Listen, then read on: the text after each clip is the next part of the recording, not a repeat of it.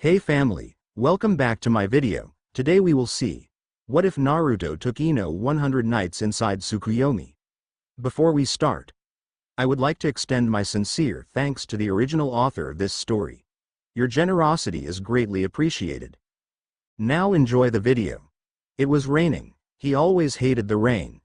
A young boy walking through the streets of Konoha muttering to himself, one question pulsing in his mind. Why?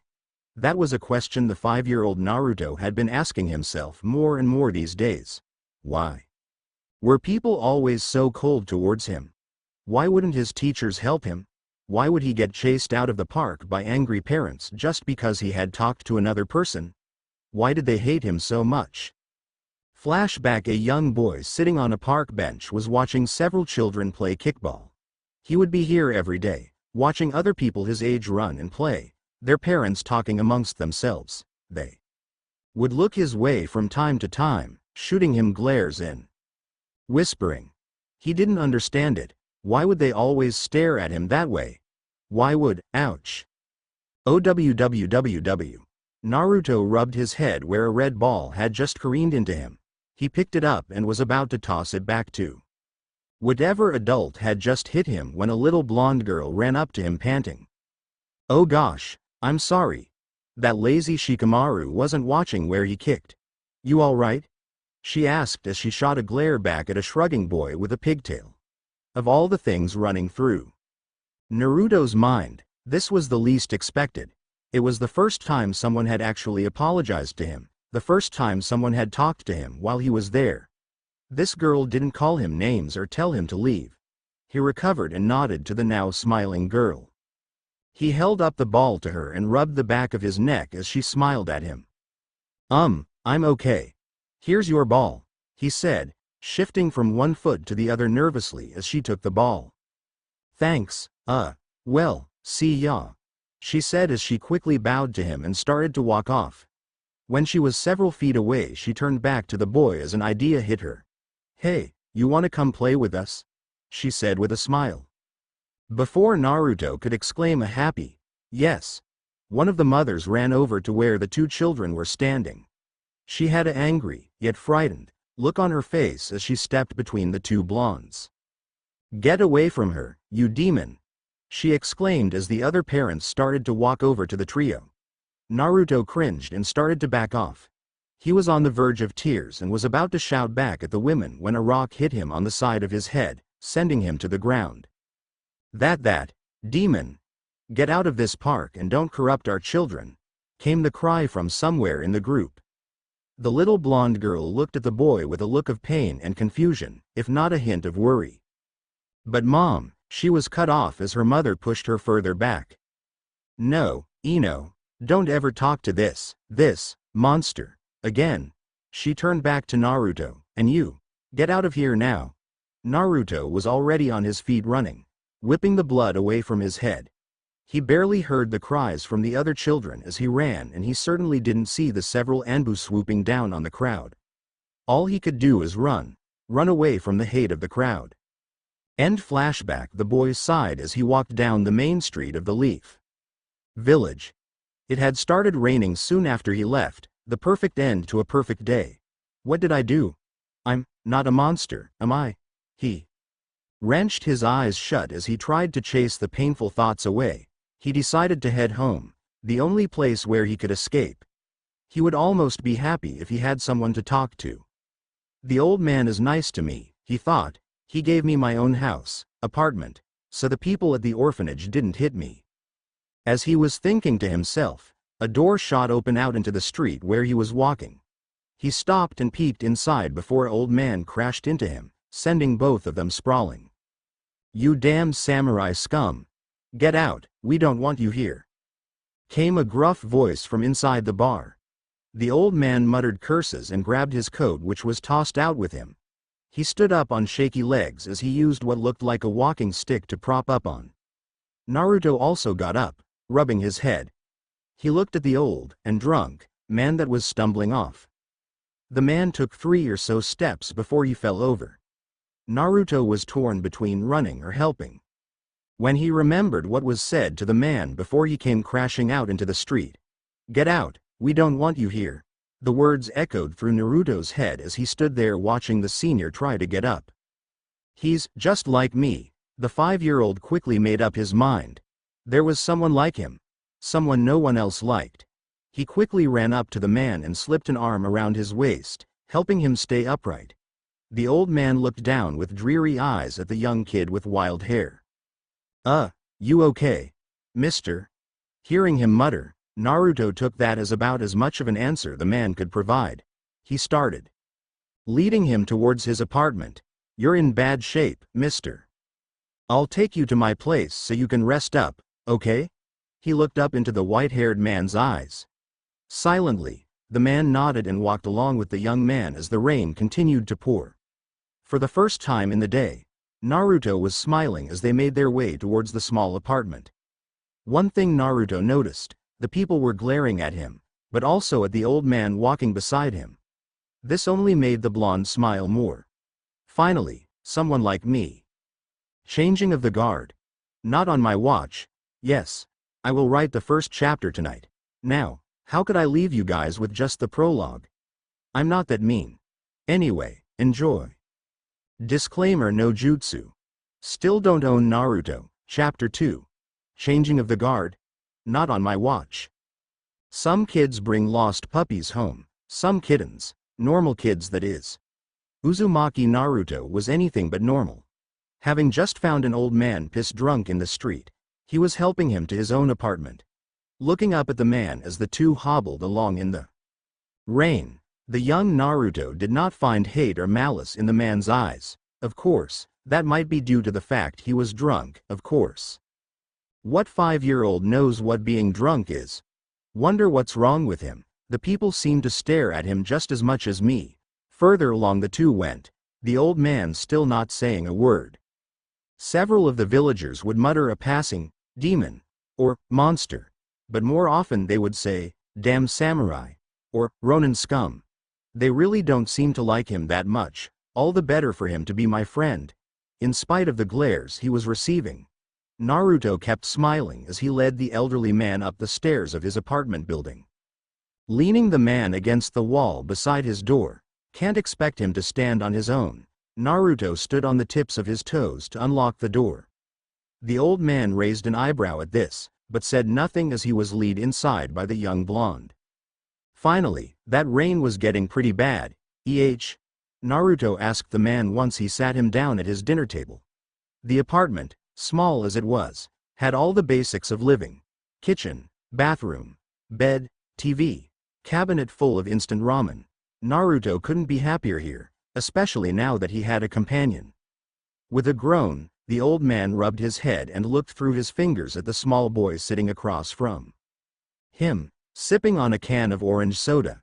He then tilted his head down to look at the can set out for him. Groaning, he popped the cap and took a drink. "Damn, I hate soda." "So," Naruto started. The senior looked up at him with a quirked eyebrow. Now out of the twilight, Naruto could make out what the man looked like. He was quite old, perhaps in his late 60s. His white hair was tied in a sloppy bun and a long, weathered beard fell down past his chest. He was wearing a tattered cloak, but underneath, Naruto could see rusty armor. His walking stick, which Naruto had leaned up against the table, was thick and curved. It looked to be a wooden sword. What caught his attention the most, however, was the peculiar symbol on the armor covering his armor. He could make it out through one of the holes in the tattered cloak and was staring intently at it. "What is it, kid?" Naruto's attention snapped up to look at the man. He was still clutching his head, but seemed to be more attentive than he was on the way over. It's that symbol. It's not the one of the village." Naruto heard the man chuckle. "No, kid, it's not. Anyway, thanks for the soda and the shelter." He moved to get up. "No, he's gonna leave. Just like the others, he doesn't want to be my friend." As the man moved past the boy, he heard a sniffle. Stopping, he groaned and looked down at the blonde. "What is it, kid?" he asked. "Why, do you wanna leave?" Naruto got out through sniffs. "Look, kid, I really thank you for helping me out there, but I'm sure your parents won't like you picking up strangers off the street. I really think I should be out of here before they kick me out. He made to open the door. He stopped once again when he heard the kid croak out a reply. I don't have any parents, Naruto said. Oh come on kid, you have to have parents. Who lives here with you? I live here by myself. That hit the old man. He scanned the room and saw only one bed. He fought down the feeling that if he asked more questions, he was going to regret it and sat back down. You live here by yourself. What are you, 4? He asked, taking another drink from his soda. This stuff isn't half bad once you get used to it. I'm 5. I'll be 6 in a few days. Naruto all but yelled at the man. He didn't mean to, it just slipped out. Instead of being angry, the old man just chuckled. Well, aren't you a spry thing? Still, don't you think you're a bit young to be living by yourself? Don't you have a guardian of some sort? He asked. I live by myself because I have to. Naruto's blue eyes seemed to dim as he continued. When I lived at the orphanage, no one would take me home. He started to sniff again, but held in his tears. The old man sized the boy up. Well. Seems the boy has had a hard life, not like it's my problem. We all have our own personal demons. Out of curiosity, why did you help me back there? I don't remember asking for any help. Of course, I was pissed drunk. I don't think I asked for help. You're like me. This caught the man's attention. He wasn't expecting that from the boy. Taking the silence as a show to continue, Naruto explained. That man, in the bar. He said he didn't want you there, and the villagers, they looked at you like they. Look at me. His voice trailed off.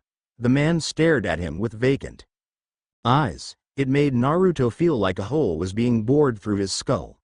Rubbing his head again, the old man cursed under his breath. Kid, what do you want from me? Look, the people in this country have a reason to hate me. I'm sure you're just exaggerating how they treat you. He was cut off by an irate Naruto. No. They are all like that.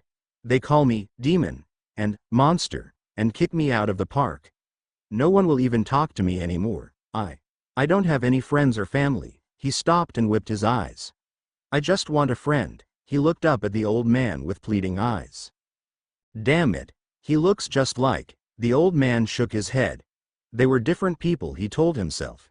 He turned in his chair and looked out the window at the rain pouring down, hitting the glass. Look, I'm a ronin. I'm passing through here because I don't have a place to stay. I can't be your friend because I won't be around much longer. I was heading out of town tonight when I stopped by that bar for a drink. He could still hear the young blonde boy fighting back emotion, so he didn't turn to meet his gaze. Do not get attached, do not get attached. He repeated this mantra through his mind as he averted his gaze from the boy. Thinking for several moments, the young Naruto remembered the villagers calling the man a ronin before. Desperate to keep the man around for as long as possible, Naruto led the conversation away from the man leaving.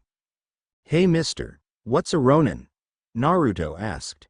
The old man turned to look at him with confused eyes before he answered. Don't they teach you that in school? I know there aren't many of us this far north, but I would at least think they would mention us in history class. He noticed the blonde stiffen and frown. The teachers at school don't teach me anything, they're the same as the villagers, Naruto said as gritted his teeth in a mixture of anger and sadness. The old man blinked at him and his eye twitched. He ran his hand through his long beard. What the hell does this kid have to put up with? No, don't get attached, don't get attached. Desperate to bring the topic away from troubled childhoods, the old man answered the original question. Well, a ronin is a samurai. Without a lord. Really though, he's just a mercenary. Noticing the confused look on the boy's face, the old man sighed. A samurai is a swordsman from the south. You guys up here are mostly taught ninjutsu, while the south is bushido. And before you ask, bushido is the code of the samurai. Basically, a samurai is a trained warrior specializing in swords that follows a code of conduct and serves a lord. A ronin is a samurai without a lord to serve. It's completely different from what you're used to and takes many years to master, trust me. So, you're kinda like a ninja without a village? You take jobs like us, only you don't report to anyone. Naruto stated with squinted eyes. He was in his classic, Naruto thinking pose. Smart kid, yeah, that's about as simple as I can put it. He groaned when he saw the boy start to put together a few thoughts. So, you take jobs from anyone? Naruto asked. Yeah, answered the man, now thoroughly suspicious of the young boy. Naruto broke out into a smile that threatened to take over his whole face, making his eyes squinted in a way that one would wonder how he could see. I want to hire you for a job. Silence passed over the apartment as neither person said anything. The old man leveled his gaze at the blonde. And what exactly would this job be and what would the pay be? The senior samurai asked. Guess I'll humor the kid. Naruto seemed to be caught off guard now that the man actually asked him what he wanted. I've got to keep him here, he'll be my friend if I do. Oh. Teach me to be a samurai. You can stay here until you're done. You said yourself that you don't have a place to live. As payment you can live here, please. I don't want to be alone anymore. Kid, you're in a ninja village. Why would you want to be a samurai? It's your history here. Why would you want to toss that away? Why'd I care? It's not like I'm considering this. It's not like I can't learn both. I'm going to be the future Hokage. If this Bukido or whatever will help me, I'll learn it. He was trying to keep his mask of confidence up, but the old man could see through it. Don't get attached, don't get attached. Damn it. He reminds me too much of Ella's. The old man once again buried his head in his hands. After a few nervous moments he looked at Naruto with a piercing gaze. Are you sure about this, kid? You've seen how much people dislike samurai here. Are you sure you need more hate than you already say you have? Naruto thought for a moment. Well, it's not like they can hate me any more than they already do. Naruto, his mind made up, nodded furiously at the old man who promptly sighed. Damn kids, fine. You put a roof over my head and I'll teach you everything I know about Bushido. When do you start official ninjutsu training? He asked. Well, right now we're learning the basics. After we turn 6 we get to go to classes that are just for ninja training. It's called the Ninja Academy, and I'll be learning from Iruka sensei along with the other kids. He had met Iruka before. While he didn't speak much to him, Naruto noticed he wasn't as mad as the other teachers. He was actually looking forward to the coming classes. Okay then, I'll teach you the basics of the Kenjutsu and have you memorize the codes of Bushido before you start your ninja training. Now, since you want to combine the two so much, you'll have to be the one to do it. I know nothing about ninjutsu, so don't ask me. We agreed? The old man asked, holding out his hand over the table. I can't believe I'm agreeing to do this. Naruto blinked for a moment before smiling and shaking the man's hand, threatening to tear it off. Yeah, old man. I'll learn this samurai thing easy. The old man pried his young charge's grip off his hand and sighed. First, this is not going to be summer camp, understand? It's going to take years to learn and decades to master. He was cut off by the young blonde. Nani. His mouth threatened to hit the table. The old man slapped his hand to his head. What do you think Bushido is, kid? It's just as complex as your ninjutsu, he yelled back. Stop calling me kid, you old geezer. It may take years for regular people, but I'm Naruto Uzumaki. I'll have the entire Bushido thing down in a year. He boasted as he scratched his nose. His companion across the table had his eyes closed, muttering curses under his breath. Taking a few moments to calm himself, the senior smirked and cracked his knuckles. We'll see how long you can keep that attitude up, kid. Training starts tomorrow morning at 5 a.m. He got up and walked over to the boy. Reaching inside of his cloak, he pulled out a thick scroll and set it out in front of Naruto. There, learn this before tomorrow. It's about the basic philosophy of Bushido, committed to memory. He left a grumbling Naruto in the kitchen and walked over to the small couch. Propping his walking stick up beside him, he collapses on the soft cushions. Hey, old geezer. Naruto called out over his shoulder. The old man cursed and sat up. What, kid? He asked, keeping certain explicative out of his reply. I want sleep. What should I call you? Well, my name is Shuyu Suji. Call me what you want.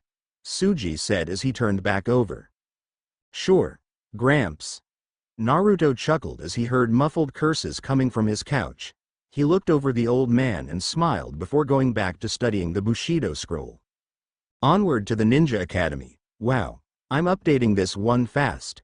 I really have so many ideas for this story, that's why it's coming along so nicely. Please read and review so I know how I'm doing. Now, on with the chapter. Disclaimer: no jutsu. Don't own Naruto or any of the characters. Shuyu Suji is mine though, so don't touch. Chapter 3. Onward to the Ninja Academy. The forest. The most peaceful place in Konoha. The animals and trees are all perfectly tuned into the rhythm of nature. Early morning is best, of course. The birds are just waking up. The dew on the trees make them shimmer under the rising sun. Orange-clad ninja brats are yelling at their elderly mentors. Yes, all was right with the world. Come on Gramps, teach me something. The ill-tempered Naruto stood in a clearing on the outskirts of town. His teacher, one Shuyu Suji, was trying his best not to snap the boy's neck in frustration. Look kid, you don't even know how to handle a sword and you want me to teach you some fancy move? First you've got to get comfortable with your weapon. It's your life, remember? Suji said. Naruto remembered. He had spent all night and the better part of the morning reading about samurai history. Now, take this. The old man tossed a wooden sword to the frustrated blonde, and I'll teach you some basic kenjutsu moves. Naruto couldn't help but smile. Catching the sword, he found it to be much heavier than he expected and had to use both hands to hold it. Ugh, hey Gramps, this thing weighs too much. The 5-year-old struggled to keep the sword upright. It was wood, but the end of the hilt had a plug in it. Before he could examine it more closely, he heard chuckling coming from his sensei. Of course it does, it's a training bokuden I made myself. The end has a hole where you can fill it with sand, which it is now. It's the best way to gain muscle strength in your arms. Once I feel you have a good grasp on the art, I'll give you a real bokuden and the actual training can begin. He walked over to the boy and corrected the way he was holding the wooden sword. Once corrected, he stepped back and took up an identical stance with his weapon. Okay, kid, come at me. Hey, sure thing, Gramps. Naruto charged like a bull at the elderly man, flailing about like he was swinging a piñata. The young blonde didn't notice the subtle movements the senior samurai was making in response to his assault. Barely moving, the old man misdirects each thrust and swing, never actually having to stop Naruto's blade. Getting frustrated, Naruto tries an overhead chop. Suji sighs and drives the hilt of his bokuden into his student's exposed stomach, driving the air from his lungs. Doubling over, Naruto coughs and sputters. Don't get so mad, kid.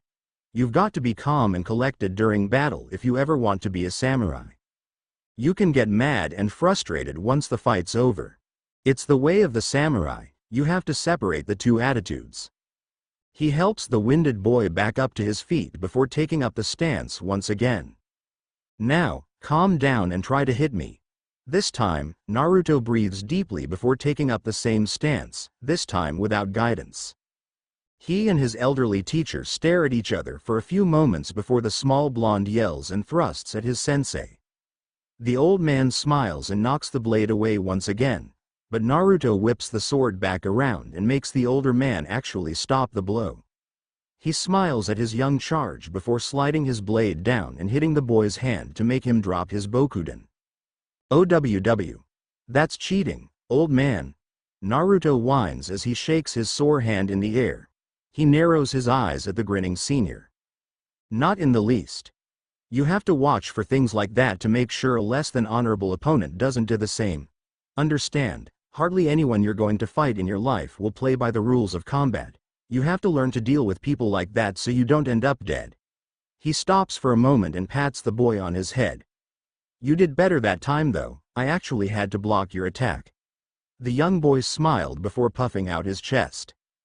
Of course you did. I'm the great Naruto Umaza, OWW. The boy stopped mid-boast due to the blunt end of a bokuden impacting on his head. Don't get cocky, kid. You've got a long way to go before you're anything other than a kid with a stick. The old man chided. Now that I know what you can do, let's run though your first basic kata. The two warriors squared off as the old man barked out orders to his young charge. Unknown to either of them, a pair of eyes was watching the entire procession from behind a white mask. Later, at the Hokage tower, walking quietly, yet briskly, towards the Hokage's office, a masked Anbu member nodded to a secretary. He didn't have to be searched or checked simply because he was Anbu. Knocking on the door, he waited for an answer. "Who is it?" "Come in," came the reply. Heading in, the masked ninja stepped towards the large wooden desk of the Sandaime Hokage. The old man in question was puffing on his pipe as he signed various documents. "Hokage, I'm here to make my weekly report," said the Anbu member. "Ah, of course. Good to see you again, Inoshi. How's your wife and daughter?" Sandaime asked the Anbu named Inoshi. "Oh, they're both well, Hokage-sama. It's Ino's birthday this week, she's turning 6, Inoshi replied. "Ah, the newest group of ninjas are going up so fast. Now, how is Naruto doing?" Inoshi winced at the name of the boy. It had been the third's idea to set an Anbu member to write up a report on the demon child once a week.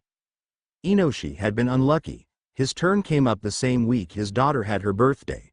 He wasn't getting to spend that much time with his family, and he'd get to spend even less time once his daughter started kunoichi training.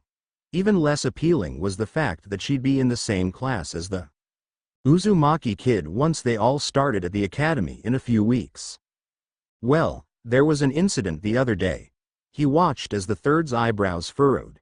He couldn't figure out for the life of him why he was so interested in the Uzumaki brat, but he was only a lowly Anbu member, nothing he could do other than do his job.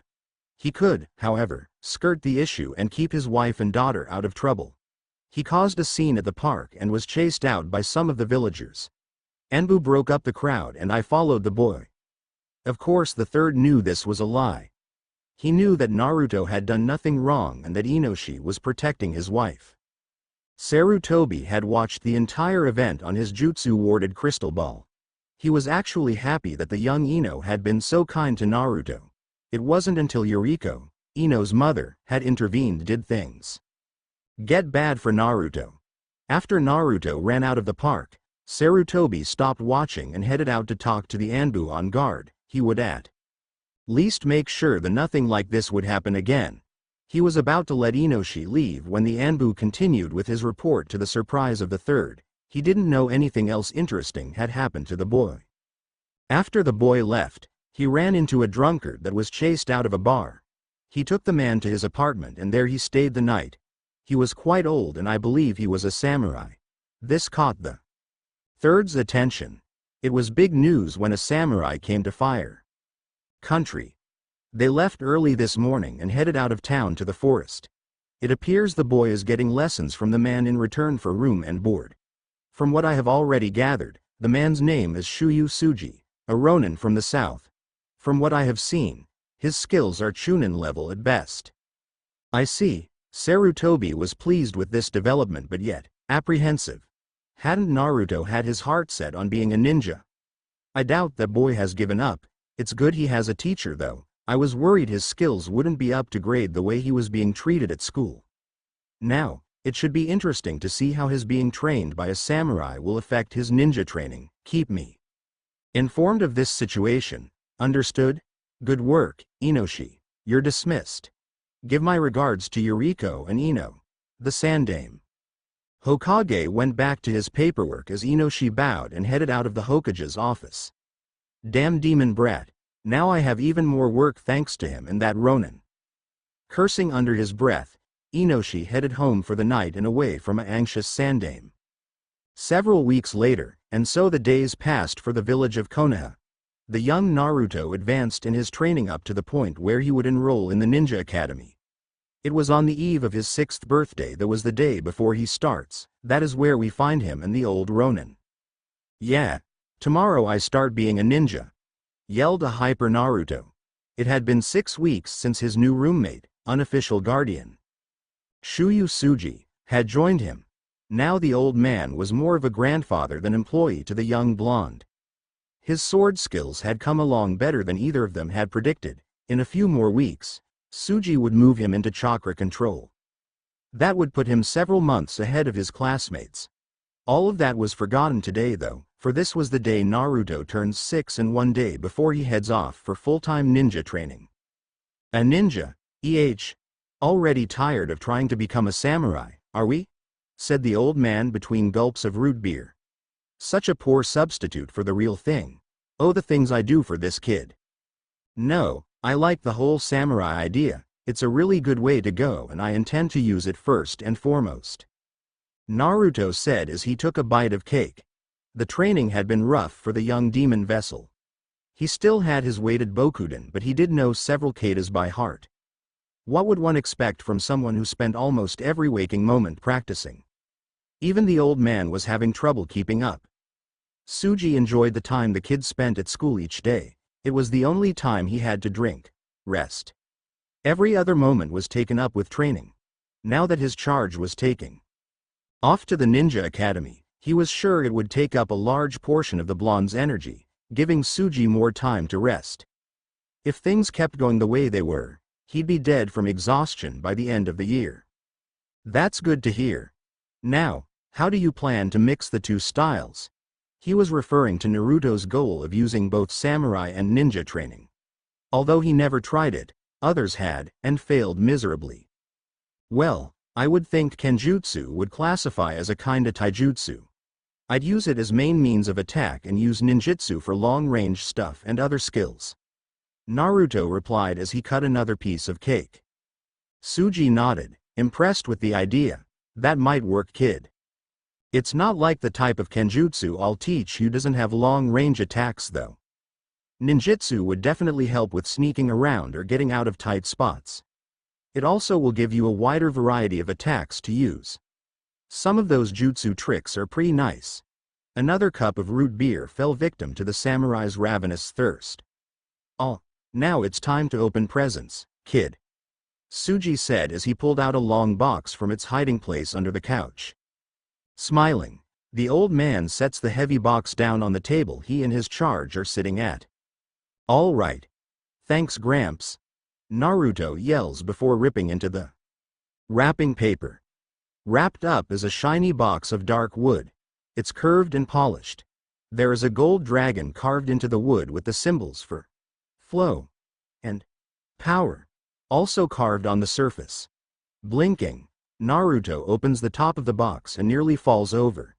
Inside is a polished wood Bokuden. About 4 feet in length, it has a pearl white handle with the same dragon design carved into it. On the bottom of the hilt is the symbol for loyalty carved into it. Naruto took it out of its velvet box and drew into a combat stance once he got up from the table. It weighed much less than his practice Bokuden. Without a doubt, it was the nicest thing he owned. Hope you like that, kid. It was my first actual sword. You'll get a real one, graduate. You and deem you a proper samurai. Until then, this is your weapon. It's lasted me for over 50 years and hasn't chipped once, so I don't think you can hurt it. It's called Yori, means dependence. You'll be depending on this sword until you earn your first real sword, so take care of it. Suji could see that the kid liked it. He was still staring at the hilt of the sword when a knock on the door startled them both. What the heck? I never have visitors. Naruto was a bit miffed at having his birthday interrupted. He put Yori back in its case and headed over to the door as Suji stole a bit of cake. Yeah, what do you want? Standing on the other side of the door was none other than the Sandaime Hokage. Hello Naruto, having a good birthday, said a smiling Sarutobi. Old man. You remembered? I thought for sure you'd be at the Kyuubi festival. Naruto said, startled. The 6-year-old happily motioned for the elderly Hokage to come in. I can't stay, I'm afraid. As you say, the festival is going on and I have to make an appearance. I merely came by to see how you are doing and to give you a gift. Naruto lit up at the mention of another gift. Ah, it's okay. You're a busy guy, so it must be a bother to even get enough free time to see me like it is. The third blinked. Since when did Naruto start to think things through? Ah, yes, it's as you say. I hear you have a house guest. How is he doing?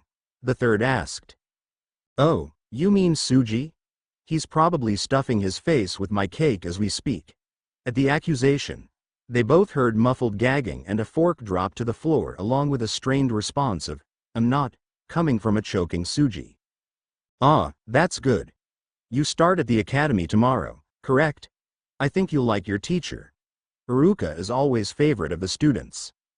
Hearing fireworks in the distance, the third sighs and smiles at Naruto before handing him a gift bag. Unfortunately, I have to be going.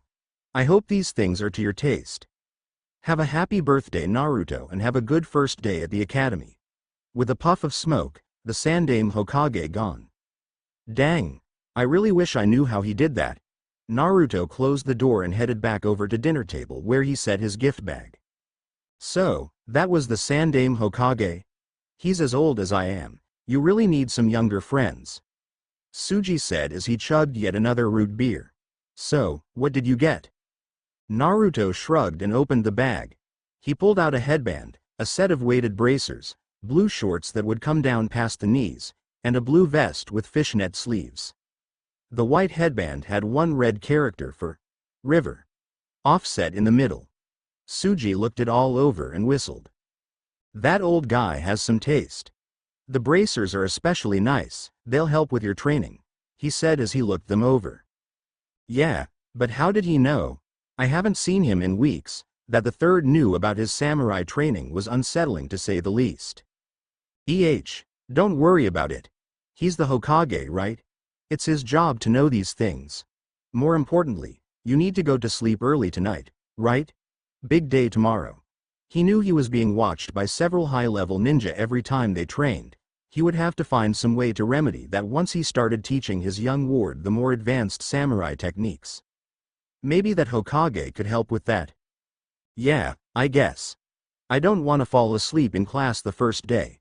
Naruto replied with a foxy grin. After a celebratory last cup of birthday ramen before turning with one blonde samurai in training dreaming of becoming Hokage. The next morning, got your kunai knives? Spare shrunken? Bokuden? Asked a still half-asleep Suji. Yes, and yes. Geez, don't worry so much. No way I'm going to let this day get messed up for me because I forgot something. Naruto said proudly. The 6-year-old was finally going to start off to the academy today. Having been up half the night from sheer excitement, Naruto had laid out all his ninja equipment and gave it all a thorough cleaning, then started on his new Bokuden until he woke up Suji, who promptly took over the preparation. Oh really? You've got everything under control, huh? Seeing? Naruto nodded. The man snickered. So, you're going to head off to your first day in your boxers?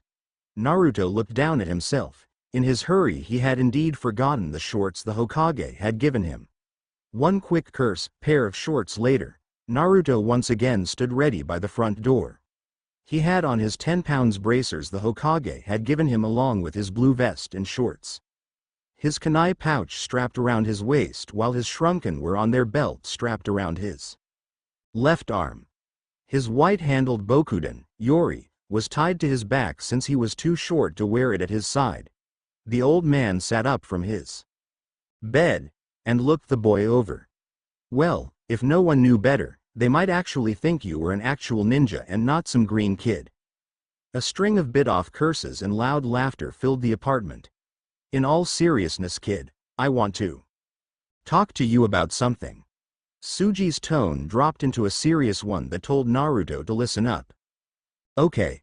I'm going to be honest with you here. At your level of Kenjutsu training, you can probably hold your own with any of the other trainees out there.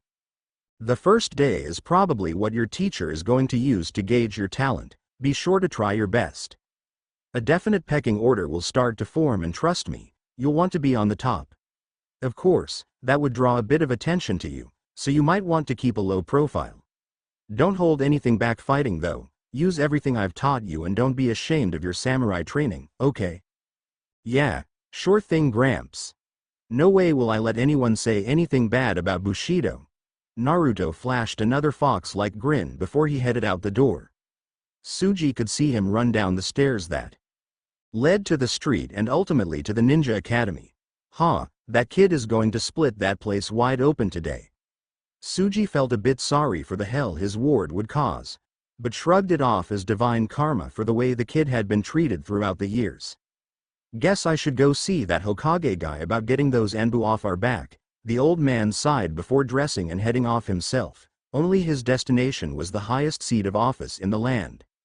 Next time on Bushido no Jutsu, Naruto meets up with some familiar faces as two old men talk about a certain blonde demon vessel. And hey, is that the girl who lost the red ball all those chapters ago? All this and a Sasuke, Naruto fight during the next chapter. Rivals and ridicule. See ya there. Red hot rivalries, so many reviews. Thanks for all the pointers on how to make this thing better. Now, to reward my faithful reviewers, it's time for the 4th chapter. Sasuke, Ino, Sakura, and the rest of the Rookie 9 join the story as Naruto heads off to the academy. Since so many new characters are being added, please, allow me more time to update. It may start taking me a few days per update since I have other work to do. Read stupid college research papers. Also, since I have to ride early Mizuki, I'm going to take some liberties with his character. It's not like he was power crazy his whole life, and this is 4 years before he tricks Naruto.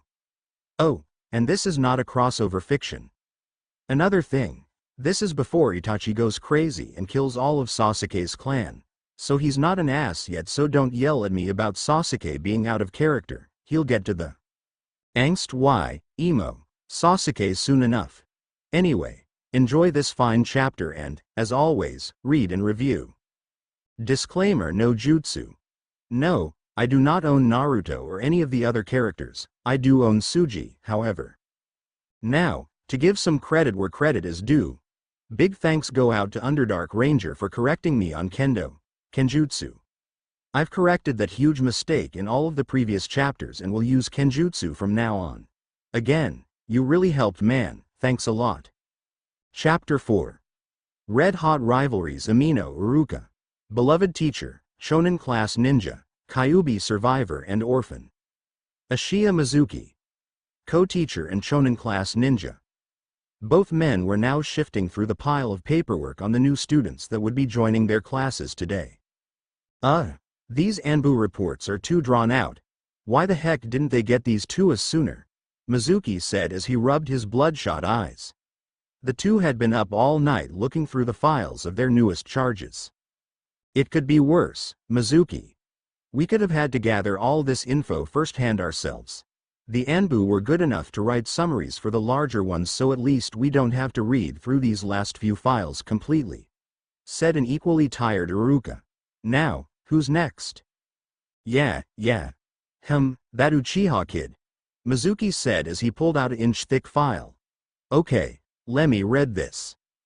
Sasuke Uchiha, 6 clan specialty, Fire Jutsu and Taijutsu bloodline, Sharingan, dormant. Weapon preference. Kunai and Shuriken, the newest Uchiha to enter the academy. Brother of Itachi Uchiha and son of Mishiranu Uchiha. Good chakra control for his age, the newest Uchiha shows particular talent for ninjutsu. Already knows several low-level jutsus and is working on the higher-level ones in his spare time. Finishing up with the summary, Mizuki hands it over to Uruka, who in turn studies it. Pretty good. He's gonna be a hit with the other kids. It's always good to have a role model to look up to. I do get the feeling we're going to have a problem with him and the girls. It's going to be like the old Itachi fan club. Uruka said as he rubs his temple. How could he forget the Uchiha fan clubs? Such was the Uchiha legend. Somehow I think this is going to be a very unique class. Yeah, nothing worse than dealing with a bunch of hormone-driven kunoichi. Mizuki laughed as he pulled out the LST file. Woohoo! We're almost done. He trailed off as he read the last file's summary. He glanced over at Uruka, who grabbed it for himself. You knew he was coming. It's our job to teach him. It's the Hokage's orders and he ordered me directly, Uruka said as he read the name on the profile. I know, I was just hoping it was some sort of bad dream though, Mizuki said as he took a long drink from his coffee mug. But, why is that kid's file so big? I know about that, but there seems to be a lot of new stuff, especially during the last month or so. Yeah, some of this stuff is pretty out there, but I guess he's okay. He does have good taste in food. Iruka looked over the file as he finished reading, laughing at the last part. Anyway, let's get on to class, the kids should be here soon. Iruka picked up the stack of papers and handed the summaries to Mizuki. On their way to the classroom, Mizuki glanced over the summary for Naruto Uzumaki. Naruto Uzumaki, 6 clan specialty, none bloodline, none weapon preference. Katana, Bokuden, the only member of the Uzumaki clan. He is the vassal for censored and was an orphan after the 4th censored has recently taken up Bushido, Kenjutsu training under a ronin teacher. Skill level of both student and teacher are unknown, but the man is shonen level at best. Naruto has a loud personality, is a known prankster, and loves ramen. Censored by the office of the Hokage. Mizuki slapped his head. Ramen, of all the things the kid liked. After teaching with Iruka for several years, the man had gotten quite tired of the stuff. And what the heck is with this kid? Learning Bushido in a ninja village. He's going to be a joke with skills like that. Mizuki shook all this away, however, as he followed Iruka through the door of the classroom. Both teachers blinked at the sight that awaited them in their classroom. There was Konohasa's blonde menace was grinning at a very surprised, amused Uchiha prodigy. While 2 small girls glared at the blonde boy. The 2 teachers looked at each other and sighed. Iruka was right, it was going to be one interesting class. Earlier in the day, a blonde blur raced through the streets of Konoha, the sneers and glares he was receiving not having one effect on him. He could see it, the ninja academy, off in the distance. Just below the Hokage monument. It was built there specifically so that the past Hokages could watch over the new recruits of the village. It's a huge, multi-story complex with many different teachers and classrooms. Over 200 children study here, from age 6 to 10. Once they hit 10, they take a final exam and, if they pass, get promoted to genin. Right now, Naruto was at the bottom of ninja society, a first-year student with no experience under his belt. Hey, that's what they think. I've got a month's worth of Kenjutsu training from Gramps. Naruto adopted his confident fox grin as he strolled through the academy gates. Wow, he looked around the courtyard. Several older students were practicing taijutsu while others were listening to lectures. He watched the complex moves as an older boy with shaggy hair sparred with a tall man with weird eyebrows. He was so focused on them that he ran into someone and fell over. Hey! Watch where you're going. Naruto propped himself up on his elbows to look at the roadblock. There in an equally fallen state, was a blonde girl about his age, her hair done up in a ponytail. There's something about her, have I seen her before? While in his famous, foxy thinking pose, he didn't notice the angry blonde glaring at him, well, until her fist connected with his head. Baka. What do you mean, watch where you're going? You're the one who ran into me. She yelled. Naruto rubbed his head, all thoughts about remembering where he knew her from forgotten. I did not. You were just standing there, you should have been paying more attention. The argument went back and forth, neither actually aiming to hurt the other's feelings. After a few more insults were thrown, they both started to lose interest and a silence set in. The blonde girl broke the calmness. You're that boy from the park, right? The one Shikamaru hit with the ball? She said quietly. Oh, now I remember. He wondered how he could have forgotten. It was the best and worst day of his life. He had been run out of the park by all the adults, but had also met his only friend. It was with a bitter, sweet tone that he continued. Yeah, I'm him. Thanks for being so nice to me then. He bowed quickly. He had wanted to thank her for weeks, but had never found the time between training sessions to look for her. At least, that's what he told himself. In reality, he wanted to avoid that scary woman who had yelled at him so much. Yeah, well, it was nothing. Shikamaru did hit you with that ball and all. So, you're here to start your ninja training too? she said in a pleasant tone. Yeah. You're going to be a ninja too. Naruto replied with a grin which the other blonde returned. Well, neither of us will be ninjas if we don't get to class. Since you were kinda late, you missed the official ceremony. I'm gonna go on ahead. See you there, she said as she started to walk off. Naruto bit his lip nervously before calling out to her and waved. I'm Naruto Uzumaki by the way. I hope we're in the same class. She turned to look at him before nodding back. I'm Ino Yamanaka, and yeah, it would be nice to be in the same class. You seem like a lot of fun. Naruto watched as she disappeared inside the tall building in front of him. He didn't know why, but suddenly he felt even better about the day. A real, honest smile graced his face as the blue-clad blonde headed off into the building himself, looking for his classroom. Several minutes and one helpful set of directions later. Man, this place was hard to find. Naruto grumbled as he walked into the correct classroom. He had gotten lost several times before a scary lady with purple hair had pointed out the room to him. He looked around the room at the 30 or so children. One might confuse this classroom with a regular school if all the kids weren't armed to the teeth. As it stood, Naruto seemed to be the least armed of the group. Hey, all I need is my Bokuden. Near the middle of the room, he spotted Ino and a pink-haired girl staring at a black-haired boy dressed in a shirt that was way too big for him sitting a few rows further down the line. He walked down the steps and called out to his classmate. Hey, Ino. Naruto greeted the girl as he stood by the row of desks she was at. Turning away from the pink-haired girl, she smiled and motioned for him to sit. Hello, Naruto. I was wondering where you were. Did you get lost? He started to sweat. Bingo. She giggled and pointed to the girl she had been talking to. This is my best friend, Sakura Haruno. Sakura gave a polite wave before turning back to stare at the boy a few rows down. Ino glared at Sakura before she too started staring at the boy. What the heck is wrong with them? It's just some kid. Who is that guy and why is everyone staring at him? Naruto asked. It was annoying that one kid should get so much attention when they are all more or less equal in skills. Both girls were shaken out of their daydreams with twin blushes. He's Sasuke-kun, cooed Sakura. He's the newest Uchiha to enter the academy. They say he already know a few jutsus. Can you believe that? He's probably the most powerful student here. Naruto face faulted, then looked over at Ino, who had the same look of admiration plastered on her face. Aw crap, not Ino too. That was it, he had had enough. Before either of the girls could say anything more, Naruto took off towards the Uchiha, with a surprised look. Sasuke looked over at the blue-clad boy who was now sizing him up from the aisle. Hi? Sasuke said timidly.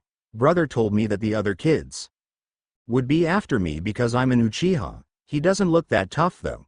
Sasuke did notice the long, wrapped object strapped to the blonde boy's back, though. Before he could ask about it, the boy snorted and squinted his eyes. He doesn't look so tough. I don't see what you girls think is so great about him. Sasuke smiled weakly. He doesn't even know what I can do and he's already making assumptions. Before either boy could say more, the definite foreboding of killing intent swept over them both. The blonde boy was soon overshadowed by two irate, demon-like girls. One with light blonde, almost white, hair and the other with pink hair. Don't say that about Sasuke-kun. Both called out in unison. This made both boys take a step back. Whoa, scary, and why did they call me kun? I haven't even met them yet. Well, you two were going on about him so much, I thought I'd see if he'd like to spar some. Yeah, that's it, spar. Naruto said after gaining some courage to talk back to the two girls turned demons. I'm not jealous. This answer seemed to be enough for them to return to normal. Sakura scoffed and nudged Ino. Like you would stand a chance against Sasuke-kun. Right, Ino? Ino had a similar expression, but it had hints of worry laced in her voice. Yeah, you would get hurt, Naruto. He's on another level completely. This, however, served to flame the fires of Naruto's determination. He turned his back, slowly, on the two kunoichi in training and grinned at Sasuke, who was now feeling left out of the conversation. What the heck? Stop talking like I'm not here. Alright. I'll beat you to prove I'm the best there is. Come on. Sasuke, let's have a match. Naruto winked and held up a V for victory. If you really want to. Sasuke answered. He could use a target to practice the new kunai moves his brother had shown him. Ino and Sakura stared blankly at him. Before either of them could say anything, Naruto had placed his hands on the wrapped object tied to his back. Before either of the girl or Sasuke could ask what he was doing, they were cut short by two tall men calling to them. None of that, said the one with a scar that ran over the bridge of his nose. This is a classroom, not a practice area. From his side, the other man stifled a laugh. Iruka, kids will be kids. We were the same way our first day of the academy, remember? The silver-haired man chided. Iruka sighed and turned back to the class. Fine, but let's wait until we actually can get them outside where the classroom won't get wrecked. After a whoop of joy from Naruto, Iruka continued. Now, we'll let you have your match only when we get to taijutsu training today. Iruka smiled. Sometimes it was nice to play the mean teacher. After a collective moan from the class, most of the other students had wanted to see the Uchiha fight. Iruka began with introductions. I am Iruka sensei. The class nodded. By now, they had all found a seat. It was of little surprise that the two girls he had seen earlier had settled on the chairs on either side of the Uchiha. What was surprising is that Naruto had picked the seat beside the Yamanaka girl. He had figured Naruto would go sit beside the other boys in his class, and so it starts. And I'm Mizuki sensei, we'll both be teaching you guys, so don't slack off, Mizuki continued. Iruka took the time to look over his class. The kids from the usual clans were here. Inuzuka, Aburame, Yamanaka, Haruno, Nara, Akamichi, Uchiha. But, unlike past classes, there were a few unique clans that he hadn't seen much of. It wasn't often that a Hyuga was seen in the academy, especially one from the main family. Her cousin is in my second-year class. Wonder if she's as good as him. Looking over his students again, he also noticed the wrapped object on Naruto's back, but unlike his students, he knew what it was. So, he's going to use his kenjutsu training here. I have to give it to the kid. He's serious about this, should be a good match. It's been years since I've seen a samurai ninja match. Sighing, he noted how the blue-clad blonde kept shooting glares at the Uchiha kid. A rivalry was forming, even if the two didn't know yet, and no work was going to get done until they had it out. Even the other students were anxious to see the great Uchiha clan in action. A small smile popped up on his face as he waved off Mizuki's opening statements. Mizuki, let's change the lesson plan for today. I think we can cut directly to taijutsu and then circle back to ninjutsu for today only. Mizuki smiled and sighed. He had been thinking of suggesting the same thing. Of course, the class erupted in whispers and cheers. Naruto was grinning ear to ear and was looking too much like the Kyuubi for Iruka's taste, but he didn't mention it. The Uchiha boy was also smiling, although not as brightly as Naruto. The little pink-haired Haruno girl was smiling at Sasuke, obviously confident of his abilities. The Yamanaka was more or less like the Haruno girl, only her attention was split between the other blonde and the Uchiha. The class made its way out into the courtyard where Naruto had seen the older kids practicing earlier. The weird eyebrow man and the little boy were still there, only they were talking to Iruka. He flinched when he saw the spandex wearing one flash a grin that would blind the sun itself. Once they had cleared the area, they had walked over to the side to watch. Iruka came back over to his class. All right, this is a basic taijutsu test. We'll set you all up with a partner while Mizuki and I watch your progress and see what level of skill you're at. It's important that you all fight your best, because we'll be helping you throughout your life at the academy, improving the weaknesses you show today. All right. We'll take these matches one at a time so you can all watch to see how your classmates fight.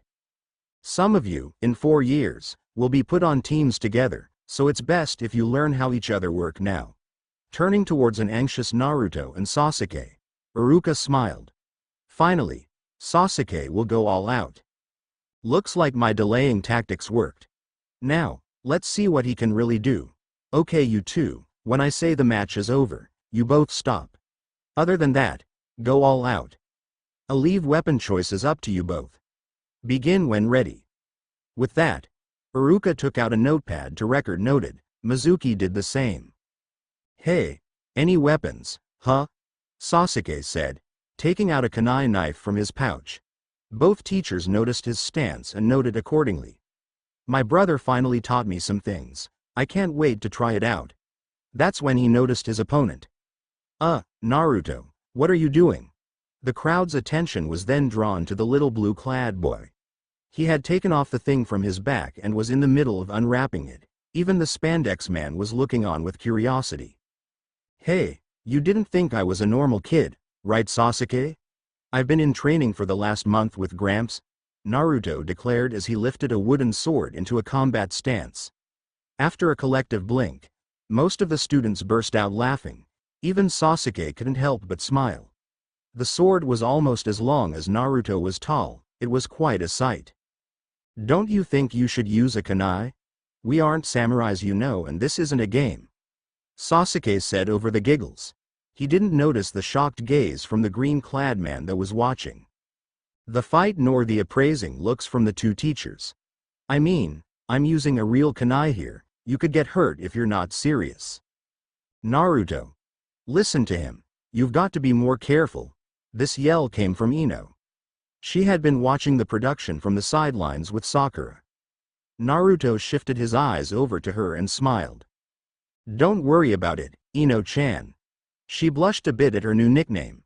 I'm a lot more serious than they all think I am, he said to her with a smile before shifting his ice-cold gaze over to Sasuke. Do not underestimate Kenjutsu or Bushido. If you do, you'll pay dearly. Okay, Gramps, I'm doing like I promised. I'll show them the honor of our way. Now, I better stick to the stuff I have down. I don't want to mess up in the middle of this thing. TCH, fine. Let's see what you can do, Sasuke said before flinging his kunai at the blonde boy. Not even trying to move, Naruto shifted his Bokuden faster than Sasuke could and deflected the projectile which went sailing into the side of the building. Iruka's eyes almost bugged out of his skull and Mizuki dropped his pencil. The crowd, for their part, uttered a collective gasp. Even Sasuke was shocked. See? What did I tell you? You have your hands full now, Sasuke?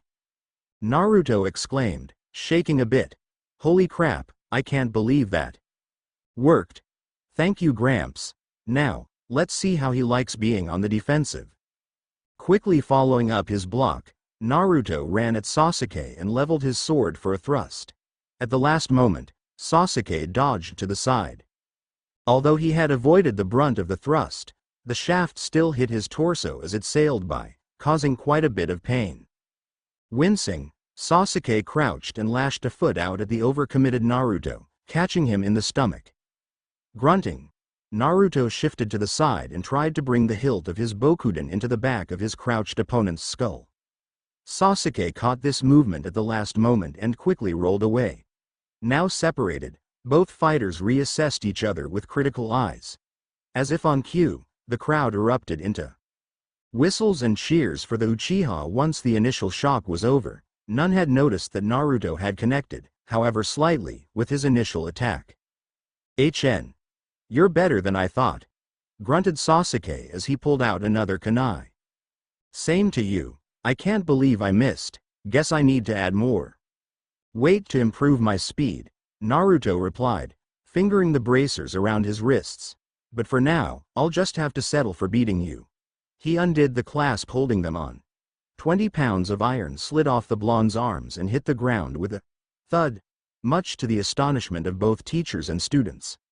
Off to the side, no one caught the conversation between shaggy-haired youth and spandex-wearing teacher. Sensei. He wears weights too, said the little boy. Looks to be about 10 pounds on each arm, impressive for one so young. He looked down at the boy and gave him a thumbs up. Not as impressive as your 20 pounds on each limb, though. Hi, guys sensei.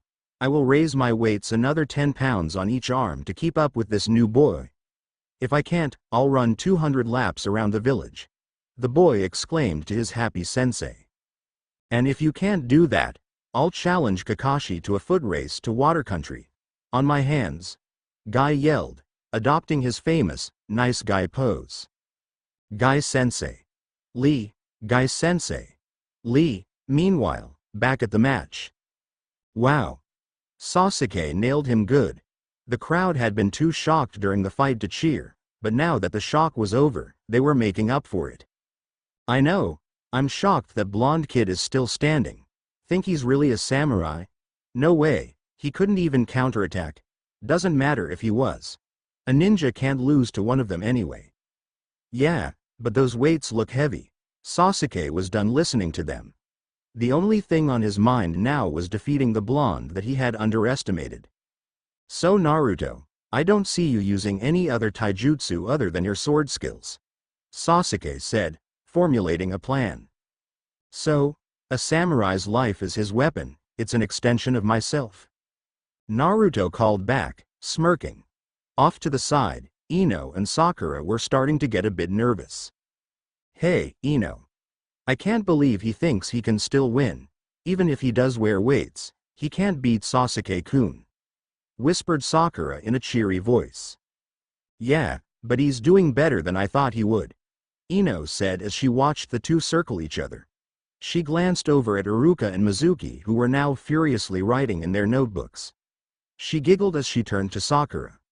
I don't think our teachers expected it either. Hey, there they go again. She cried as all eyes turned to Sasuke who was now rushing towards Naruto. Since you can't fight without your sword, I'll just take it, it's your weakness. He cried as he moved to grab the Bokuden. Naruto slid his grip down to the base of the sword and crouched to execute a sweep, catching the Uchiha off guard. Jumping to avoid it, he had to let go of the sword and leap on top of a nearby bench. TCH, he won't let me get a grip. How can I get that away from him? Maybe that jutsu would work, but I've never been able to do it before. Looking back over his shoulder at the people cheering for him, Sasuke felt his confidence return. If I can do it, they'll tell Dad. Yeah. Then he'll be proud of me. Smirking, Sasuke went through the seals for his attack, much to the astonishment of all, especially the two instructors. Damn. Mizuki. Those are the seals for. Iruka started to yell as his voice was drowned out by Sasuke. Gukakyu no Jutsu. Sasuke shouted. Drawing in his breath, he summoned all the chakra he could manage without passing out. The effect was amazing. A line of hot fire shot out of the young Uchiha's mouth towards Naruto. At the last moment, the blonde had the sense to block his face as flames erupted all around him. The line of fire bloated out to a giant fireball that enveloped the young swordsman and scorched the earth around him. The blonde couldn't even be seen because of the blaze. Fortunately, Sasuke could only keep the flame alive for a few moments before he ran out of chakra. Dropping to his knees on the table, Sasuke was panting hard. He had put more force into it than he intended to, but it had worked, or so he thought. The crowd stood stock still as they watched something in front of him. From the smoke, a shape could distinctly be made out. It was short and blonde. Sasuke's eyes widened. Naruto. How can he be standing? It was then that a scream erupted from the crowd. Sasuke's eyes focused and he saw what was so frightening. Naruto, or something that looked like him, was standing bolt upright. His hands had grown claws and the slash marks on his cheek had widened. He was glowing bright red and burns that were a result of the grand fireball were healing up on their own. What was most unsettling was his eyes. They were like an animal's. The scream drew Naruto's attention. The crowd was starting to get antsy. Some of the kids were even starting to run away. Naruto calmed down and looked at their faces.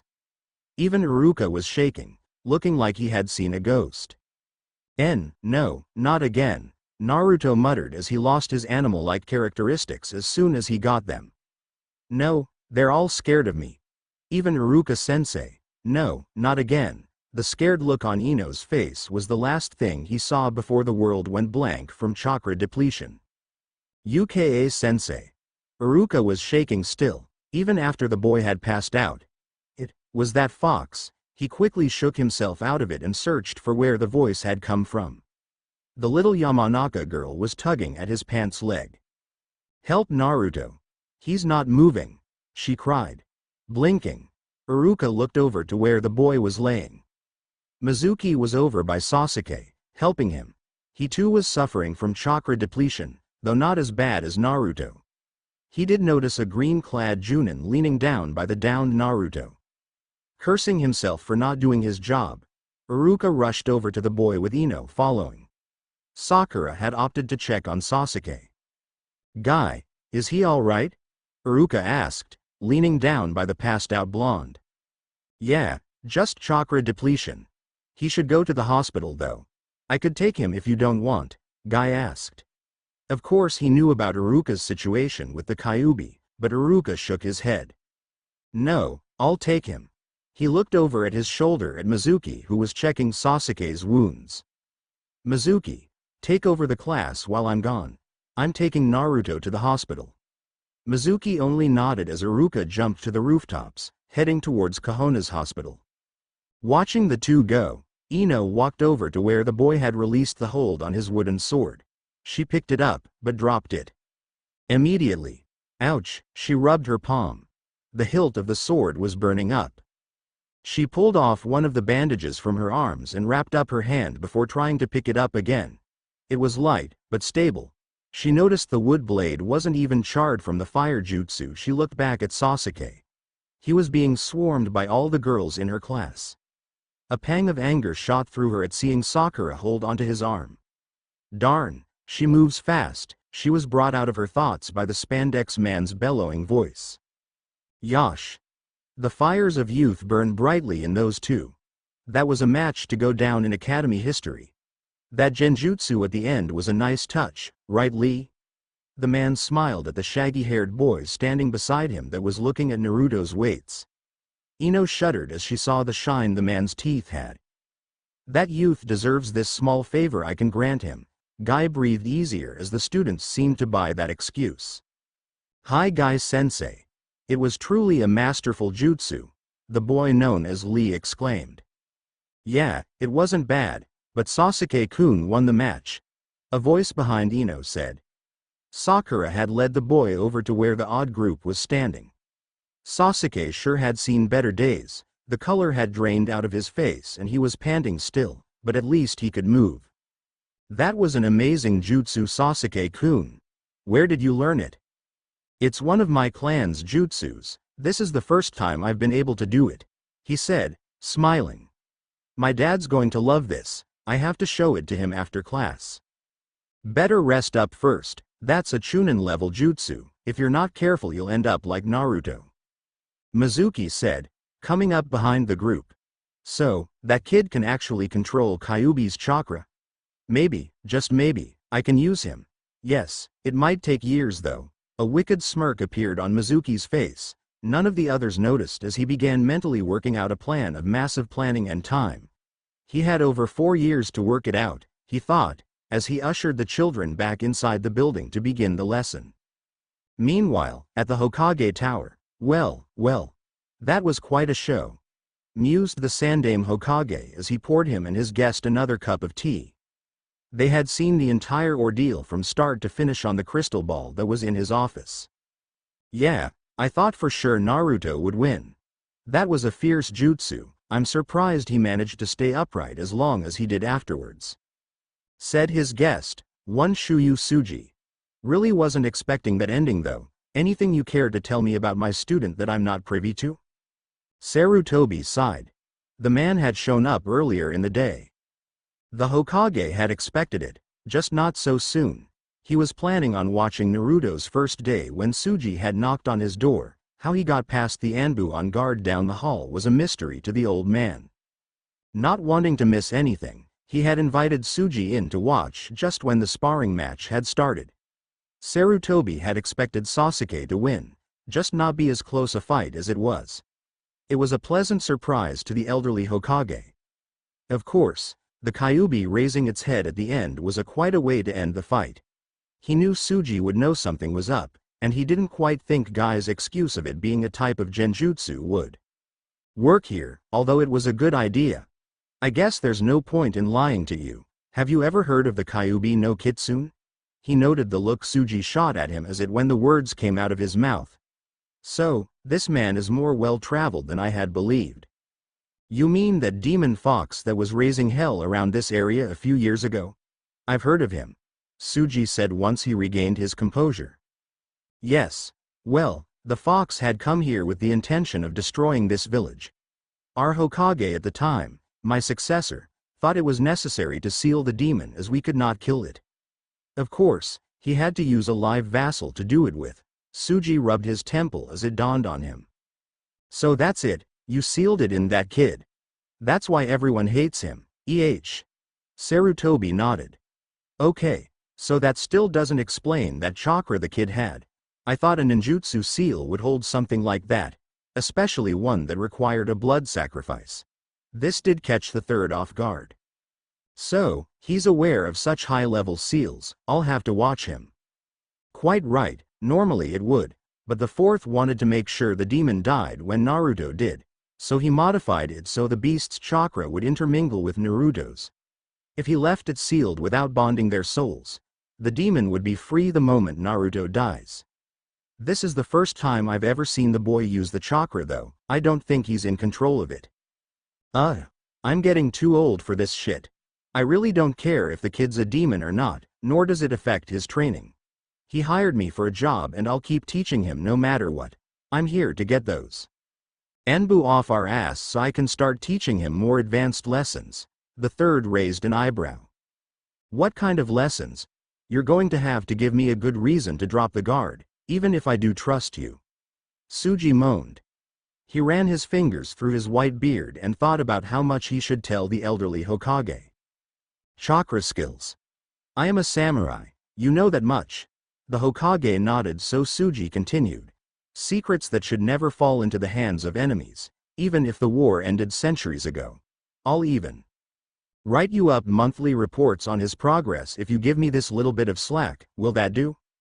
I would like to go and check on the kid before he wakes up. Without waiting for an answer, Tsuji got up from his seat and started walking towards the door. He heard the third agree on his way out. Finally, the kid can really come into his own. Maybe having a super powerful demon lurking inside you will help? He ran though the training regiment he would put Naruto though the next day as he hobbled off to the hospital. At the hospital, what the hell hit me? Naruto rubbed his head. The last thing he remembered was thinking he was going to die. That's right. Sasuke's jutsu. That bastard. He could have killed me with that. Jumping to his feet, Naruto started cursing that Sasuke Teme, and shouting various threats of bodily harm on his family. So absorbed in this was he that he didn't notice the very large cage looming over him in the background. Will you kindly shut the hell up? I'm trying to sleep, came a booming voice from the darkness around him. Wait, darkness. Where the heck am I? Naruto looked around. From what he could see, all around him was pitch black darkness except for a large gate. It had a piece of paper on it with one word. Seal. A large set of glowing eyes fluttered open from behind the gate. Who are you? Where am I? Stuttered Naruto. He watched in horror as a large head lit up inside the cage. It looked him over before grinning, showing hundreds of vicious-looking teeth. So, you finally came. I was starting to wonder how long it would take for us to meet, Kit. The creature said. Naruto noticed that its mouth didn't move, but he could still hear it clearly. So, how are you? I've been better, Naruto said, still scared half to death. Oh, I'm sure your wounds should have already healed. Nothing to be worried about, the massive fox said matter-of-factly. Well, right now I'm more worried about my head. I'm pretty sure I hit it somewhere along the line, Naruto said, looking around. You think? Why do you think so? The fox said, now somewhat confused. Because I'm talking to a giant woodland animal. Naruto yelled at the cage. Several moments pass before the fox narrows its gaze. The boy gulps and involuntarily takes a step back. I am not a woodland animal. The fox growled back, now thoroughly annoyed. Then what the heck are you? Am I dreaming? Now it was Naruto's turn to be confused. That's gotta be it. No way I'm in my right mind. In a way you are, but at the same time you are not. It's more like an inner vision sort of thing. I'm the thing sealed inside of you, and you're paying me a visit. Sealed? Inside of me? What do you mean? Naruto asked, now even more confused. Haven't you ever noticed that mark on your stomach? It looks like a spiral. When Naruto nodded, the fox continued, that is a seal and I'm what's being sealed. Get it now? So, you're inside of me? Naruto asked. He didn't like the idea of something else being inside of him that he never knew about. Correct. So, who are you? The blue-clad blonde asked with a bit of the original fear seeping back into his voice. Thought you'd never ask. I'm the Kyuubi. Kyuubi no Kitsune at your service, Kit. Kyuubi said with a bit of pride. Oh, shit, Naruto said as he promptly fainted, the lingering sound of booming laughter filtering through his senses before he was completely out. Wow. I added a lot more than I intended to this chapter. Well, can't help it now. Anyway, yes, I had Naruto meet Kyuubi. He's not going to have a huge part in Naruto's early development, so don't worry about Naruto turning into some uber samurai ninja when he's 6. Oh, and also, Sasuke did know how to do the grand fireball when he was that little, so don't hit me. I'm going by the manga. See you guys next time. Yosh. The Spring of Youth. Wah. So many of you are trying to second-guess my storyline. Of course, I knew that it was a taijutsu fight only. There was a reason Sasuke had to use a jutsu. So, that's about it I think. More characters will be added in this chapter, so be sure to let me know how I'm doing. Thanks for the over 600 hits in 2 days, that really means a lot to me. Anyway, keep up the reviews. Good or otherwise, they all help me out. Now it's time for some individual special thanks, and/or answers. Onikami no Shinobi. You rock hardcore. The old man's style will be reviled in this chapter, so keep an eye out for it. Please keep me on track if you see my relative ignorance rear its head again. The reason Tsuji was focusing more on the arms for the few weeks before Naruto joined the academy is because he wanted to give him a quick edge before the other kids ripped him a new one. He also didn't have time to teach him an unarmed style as he only had a few weeks. The water training a good idea though, it will be tossed into this chapter as well. There will also be another reason for it. Kyuubi gets to train Naruto a bit too. Hitoshirensu Cake. Thanks for correcting all those mistakes, I'll be sure to correct them in all the other chapters as well, thanks for noticing. Morsamer. The reason Naruto used a potentially lethal thrust is because Iruka did say to go all out. Also, if he would have connected a medic nin would have been used to heal him, so that's what that's about. Particle Man. The reason I had Naruto suffer from chakra depletion is because he's only 6 in this fiction, for now. If you'll remember the first time he used the Kyuubi's chakra training with Jiraiya he passed out. That's why I used that excuse in this fiction. Mahina. I did that again. I really suck at present, past tense when writing, so expect a few more mistakes in that department. I'll try to watch it better though. Thanks for caring though. It really makes an author feel better when his readers offer constructive criticism. Means you care enough about the story to call me on mistakes, lol. And a huge thanks to whomever else reviewed. I would thank you all individually, but I'm sure you would like me to get on with the story. Disclaimer: no jutsu. I don't own Naruto, but Tsuji is all mine. Chapter 5. The Spring of Youth. So, how is he? Said someone from his left. Naruto could hear them, he just didn't want to bother opening his eyes. His entire body felt like it had been run over by a million Sasuke fangirls. Oh, right. Sasuke Teme got me with some freak fireball. He'll be fine, just chakra depletion. Although, he shouldn't do this too much, the stress could one day kill him, said another voice. Yeah, I'll have to watch that from now on, Thanks for the help. The first voice said back. After a few moments, Naruto heard a door open and close. Okay Naruto, you can wake up now. The voice said. Crap, how did he know I was awake? Opening his eyes, Naruto saw a worried Iruka sitting beside his bed. He then looked around the room he was in. It was a lot nicer than his apartment. Hey, sorry Iruka-sensei, didn't want to bother you. The older man sighed as Naruto grinned. It's not a bother. You gave us all quite a scare back there, do you remember what happened? Iruka asked, looking a bit apprehensive. It would be better if you lied, loomed a voice in Naruto's head.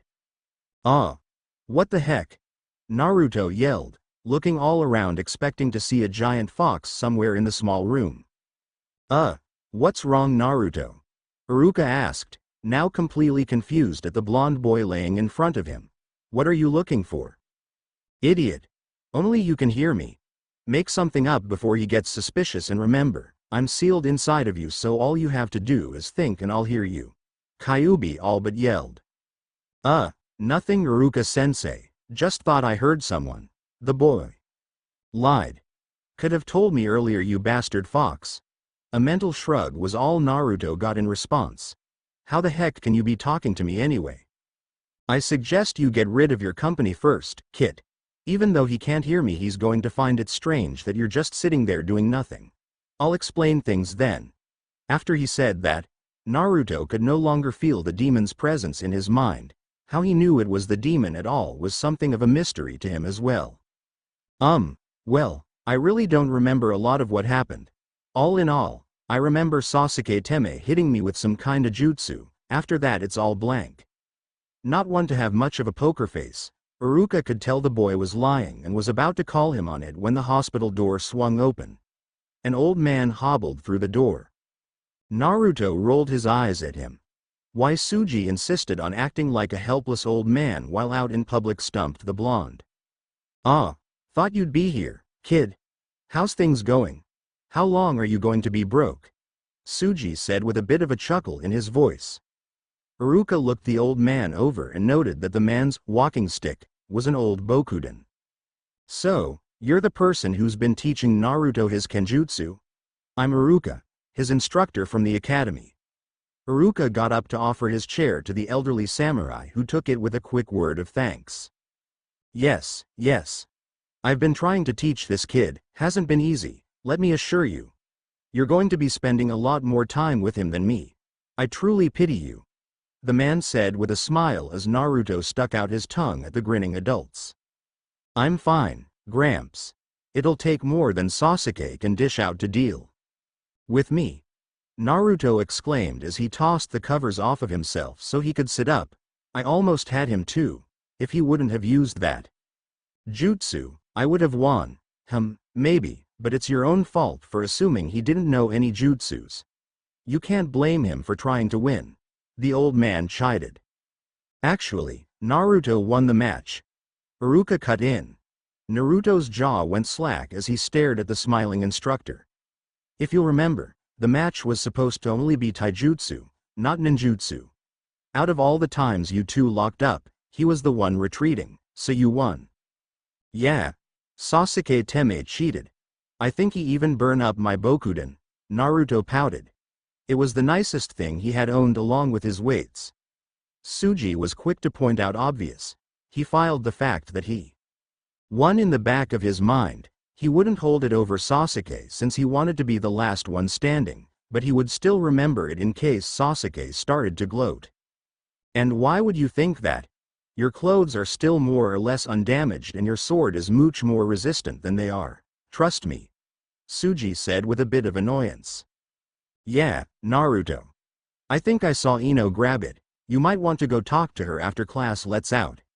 In fact, Iruka turned to a clock that was mounted on the wall. If you hurry, you can catch her right now. Class lets out in about 10 minutes. See you Gramps. Iruka, Naruto called back as he bolted out of bed, nearly knocking Tsuji out of his chair in surprise.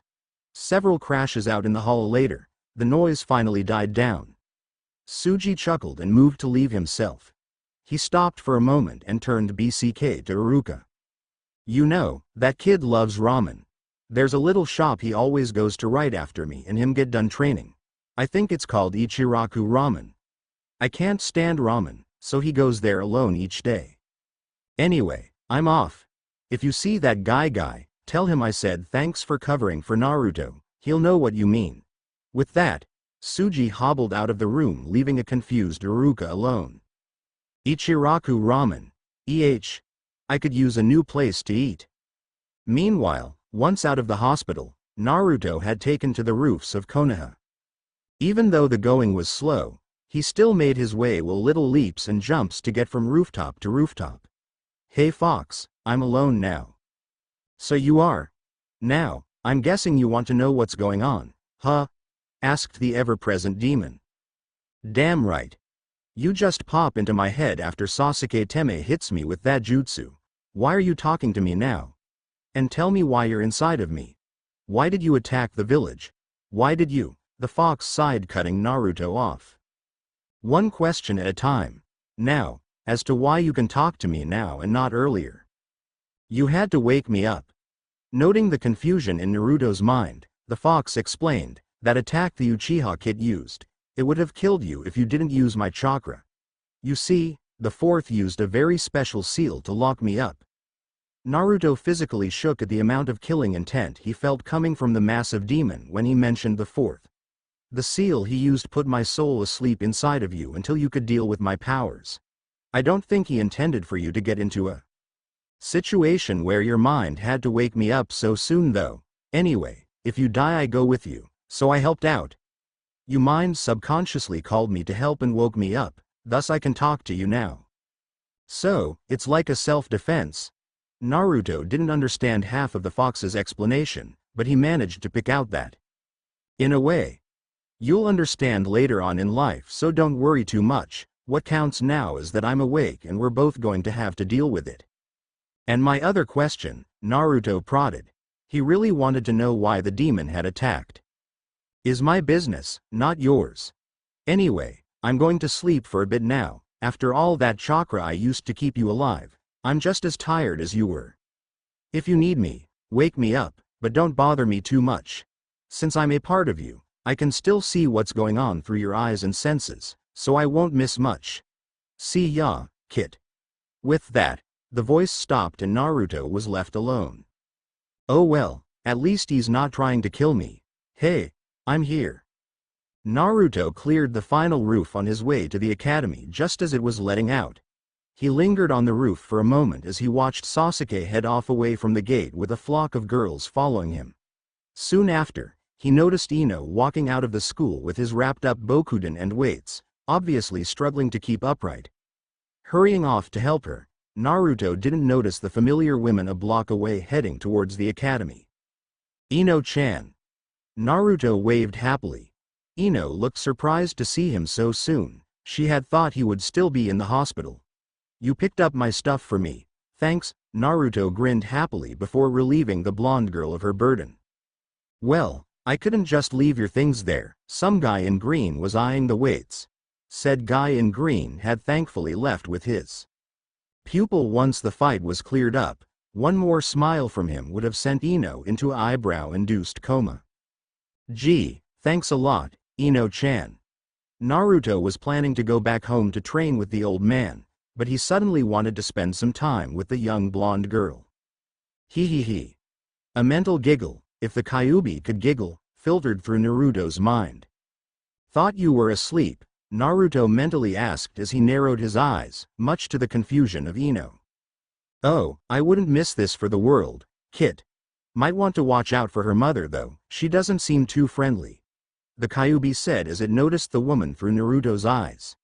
The blonde in question looked to where the demon indicated and recognized the woman instantly. Ino. What did I tell you the other day?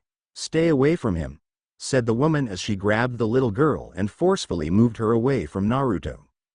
Hey, Mom. What did I do? Ino whined. She had wanted to chase after Sasuke with the other girls. We're going home. She then leveled her gaze at Naruto. And you stay away from my daughter, I'll make sure you don't get your claws in her. Ino could only wave as she was dragged away from the academy's gate, leaving a very depressed Naruto staring blankly at their retreating forms. Why does everyone hate me? I didn't do anything, Naruto asked himself. Naruto could feel the demon's presence, but it said nothing. Sighing, he walked dejectedly back towards his apartment, strapping on his bracers on the way. Putting it off for now, he wondered what Gramps would teach him today. Later, okay, kid.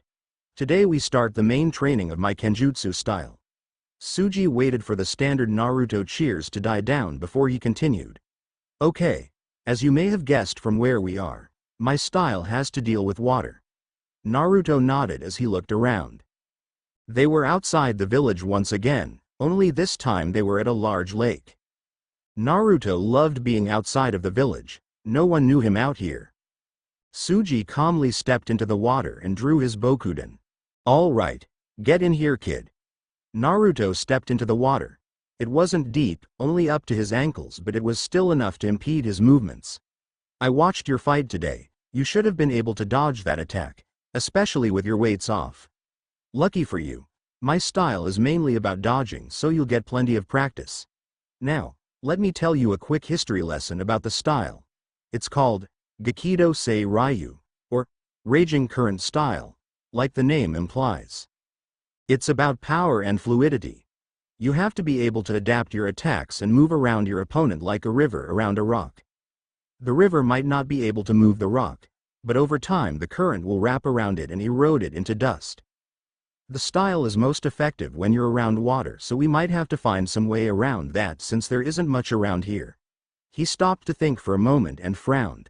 Maybe I should teach you something different after all. No need, I can fix that. Tell him that you've got the problem covered. The booming voice of Kyuubi cut in. Gramps. I understand the water problem, and I can deal with it, Naruto said, still not sure of his newest friend. I'm trusting you, you bastard fox. You screw up and I'll start charging you rent. Laughter filled Naruto's mind before the fox went silent again. Naruto shrugged and looked back at the old man who was now thinking himself. Fine. You're the person who hired me, so I'll teach you Gakido Sei Ryu if you really want to learn it. Naruto smiled at this. All right, let's begin. Your goal for today, the old man started before he tossed his Bokuden on the lakeside, is to hit me. Before Naruto could protest, the man hopped up onto the surface of the water, much to the astonishment of Naruto. How the heck are you doing that? Naruto yelled. He had never seen anything like it. The old man was actually standing on the surface of the lake, not even a ripple was coming from his feet. Oh, this is something I'll teach you later on, mooch later on. I don't think you'll be able to do anything like this for about another 6 years at least. It requires more chakra control than you can imagine right now, even more than that jutsu the Uchiha used. He ignored the death glare Naruto was shooting at him. Now, let's get this started. Try and hit me. Oh, one rule. No leaving the water. That means you can't jump. Now, come at me. Hey, even if he is on top of the water, without his Bokuden he'll be an easy target. Charging, Naruto trudged through the water much to the amusement of the elderly samurai who just walked away. The old man was moved every time Naruto did, always staying a good distance away from the irate blonde. After an hour of this, even Naruto's stamina started to wane. What's wrong, kid? Seems you're not doing too well. Tsuji stated in a, you're completely exhausted in its obvious tone. Let's take a break, you can show me some new tricks you learned at class, he said as he walked over to the lakeside. Naruto frowned at his lack of success, but resigned and sat down next to his teacher. Didn't lean much. I was out for most of the class, his eyes darkened. Damn. Even though I technically won, I still was the one in the hospital. I didn't want to win on a technicality either, I wanted to beat him myself. Well, the truth is, Kit, you can't. Not yet, anyway. The Kyuubi added to his inner monologue. Yeah, I know. He knows jutsus and I can only do a few sword tricks. Anyway, I doubt the kids will care anyway. I saw how they looked at me. Even Iruka sensei was scared. Ino's mom is right, I'm a monster. It suddenly dawned on Naruto that the Kyuubi was the reason he was treated differently. All the years of people calling him devil and monster. All of it was true. He held the Kyuubi no Kitsune, the #1 enemy of Konoha. Before he could curse at the fox or start sobbing, the Kyuubi cut in. Kit, you can't change who you are. The demon sighed, it was going to be a long day. Look, the truth is they don't understand. If I were out again, I'd kill each and every one of them. Don't you feel the same way, Kit? The fox grinned as menacingly as he could and projected the image into Naruto's mind. No, never, I would never hurt people just because they're mean to me, it's not my way. He was practically screaming this at the beast. Suji raised an eyebrow at the numerous emotions playing out on the child's face, but he held his peace. Now, what does that tell you? He waited for a moment while Naruto searched for an answer. When he finally understood, he blinked several times and smiled. Hey, I get it. I'm no more you than you or me, right? The fox mentally snorted at the young blonde. Kit, you would make one horrible demon, you know? I'll take that as a compliment. Naruto thought for a moment before getting some revenge. On the other hand, you'd make a good human. You really cheered me up. He got the desired effect. The fox was raging and cursing all manner of words at the boy. Naruto couldn't help but laugh, causing Suji to think the boy had snapped. After several more colorful words ended, the Kyuubi calmly curled up in a ball in his cage. Fine, if you're going to be like that, I won't teach you a jutsu. Now Naruto waged an inward war with himself. Walk away with a winning argument against one of the most powerful demons that ever walked the earth, or get a new jutsu. The fox snickered as the boy started to apologize profusely. After going through 6 years of memories, he could read his little jailer like a book. Okay, Kit. I guess I'll teach you something to help you out. The old man should take a special interest in this one. It's called Kirigakure no Jutsu. It lets you condense the water particles in the air to make mist. If you get exceptionally well with it, you can start to use low-level water jutsus just from the water in the air. It also helps when you're trying to kill someone quietly, since it would make a fog bank of sorts. Alright. New jutsu, new jutsu. Naruto broke out into a dance while chanting, new jutsu, over and over again in his mind. Kyuubi almost fell over laughing at the blonde idiot dancing around while Suji decided it was best to get ready to restrain the boy as he had obviously gone insane. Calm down, Kit. I haven't even shown you the hand seals yet. You do know all the basic hand seals, right? Naruto stopped dead. Of course he didn't know them, he was only 6 years old. That was one of the things he was planning to learn in the academy. He shook his head and the Kyuubi heaved a massive sigh. Can't be helped. Just copy the movements I'm going to plant in your memories. Since this jutsu can't really hurt anyone, and you're not far enough along in chakra control to actually do it, practicing won't be a problem. Just be sure to do it every day until you know all these hand seals by heart. It will be your greatest weapon should that raging current style live up to its name. With that, the Kyuubi planted memories of a man weaving his hands into intricate patterns. Some of them made Naruto cringe. How the heck can he twist his fingers like that? Luckily, there were only a few seals to do, so Naruto didn't think it would hurt him too much. Alright, Kit. That's my lesson for this year, the Kyuubi said matter-of-factly. Nani? He didn't mean to yell, but having just found out that your #2 source of training was taking a year vacation was not what Naruto thought would happen. What? You didn't think I would have the patience to train you like that, old human, did you? I may have taken a small liking to you, but no way am I going to waste that much time on you. Look, it's going to take you a few months just to get those hand seals down to the point where you can do them as fast as that Uchiha brat. After a year you should be able to actually create a small bit of fog. You've got to understand, most of the things I can teach you require an incredible amount of chakra and chakra control. Focus on learning your sword arts and I'll toss you a new jutsu each year, sound good? Fine. But you better not be lying or I'll come in there and kick your furry ass. The Kyuubi chuckled at his new part-time student. It had been many centuries since a human was this interesting. With a mental nod, the demon disappeared into the back of his cage, effectively shutting off his mental link with his landlord. Feeling the demon retreat, Naruto smiled at Tsuji, who had given up on ever understanding the boy. "So, what the heck was that?" he asked, seeing Naruto's attention focus back to reality. "You zoned out there, kid." "Ah, nothing much. I was remembering something I learned in school. You wanted to see, right?" It wasn't a total lie. The Kyuubi had taught him something, so it was sort of like school. Naruto walked back into the water. He looked through his mind at the images the fox had left. There were several strange hand movements which he tried to copy, but he got the finger placement wrong. His movements were slow and lethargic as he tried to move his hands into the correct positions. After several tries, Tsuji got up from his place on the bank and headed back onto the water, still walking on top of it. "All right, kid, stop trying to do a jutsu so we can get back to training," Tsuji said as he tapped his foot on the water, still not leaving a ripple. "Ah, let me train this. I have to learn these hand seal things." Naruto whined as he cracked another knuckle on the complex movements. "What? You don't know hand seals? Go to the library for that sort of thing. Really, you're in a ninja village, shouldn't you already know stuff like that?" Tsuji asked. He cursed inwardly when the blue-clad blonde stopped and lost some of his brightness.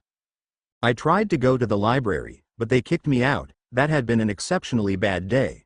All he wanted to do is get a book for a history report he had in school, but the people had chased him out. Lucky for him, the very book he needed was tossed at him on his way out. Tell you what, I'll get you that book if you start training now. I'll cut our regular training by an hour a day so you can work on those jutsu things. That sit well with you." He smiled when Naruto nodded and picked up his Bokuden. "All right, kid. Let's go." The sun sank in the sky as muffled curses and battle cries filled the area around the lake. The next day, and so, because of the large class, we'll be splitting you all up. It had been a particularly difficult training session.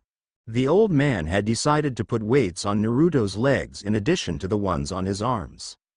Now the poor boy had 40 pounds of iron strapped to him in the form of ankle guards and bracers. He felt like his RMS were about to fall off. He could barely stand thanks to the water training Gramps had put him through, and his fingers felt like mush because he had stayed up all night working on learning all the basic hand seals. In short, he felt like death warmed over. Nevertheless, mentioning that the class would be split up caught his attention.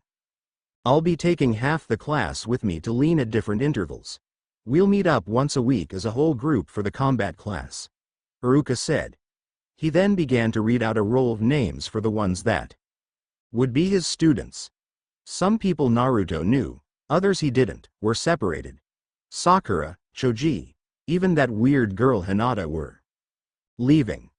Where the first ones Naruto knew that left. Ino looked sad and happy that Sakura left, maybe because there was less competition for her. Sasuke-kun. Naruto almost snorted in frustration that Sasuke was in his class when the last name was called. And lastly, Sasuke Uchiha. Naruto almost cheered out loud. Not only did he get to stay with Ino-chan, Sasuke Teme was gone.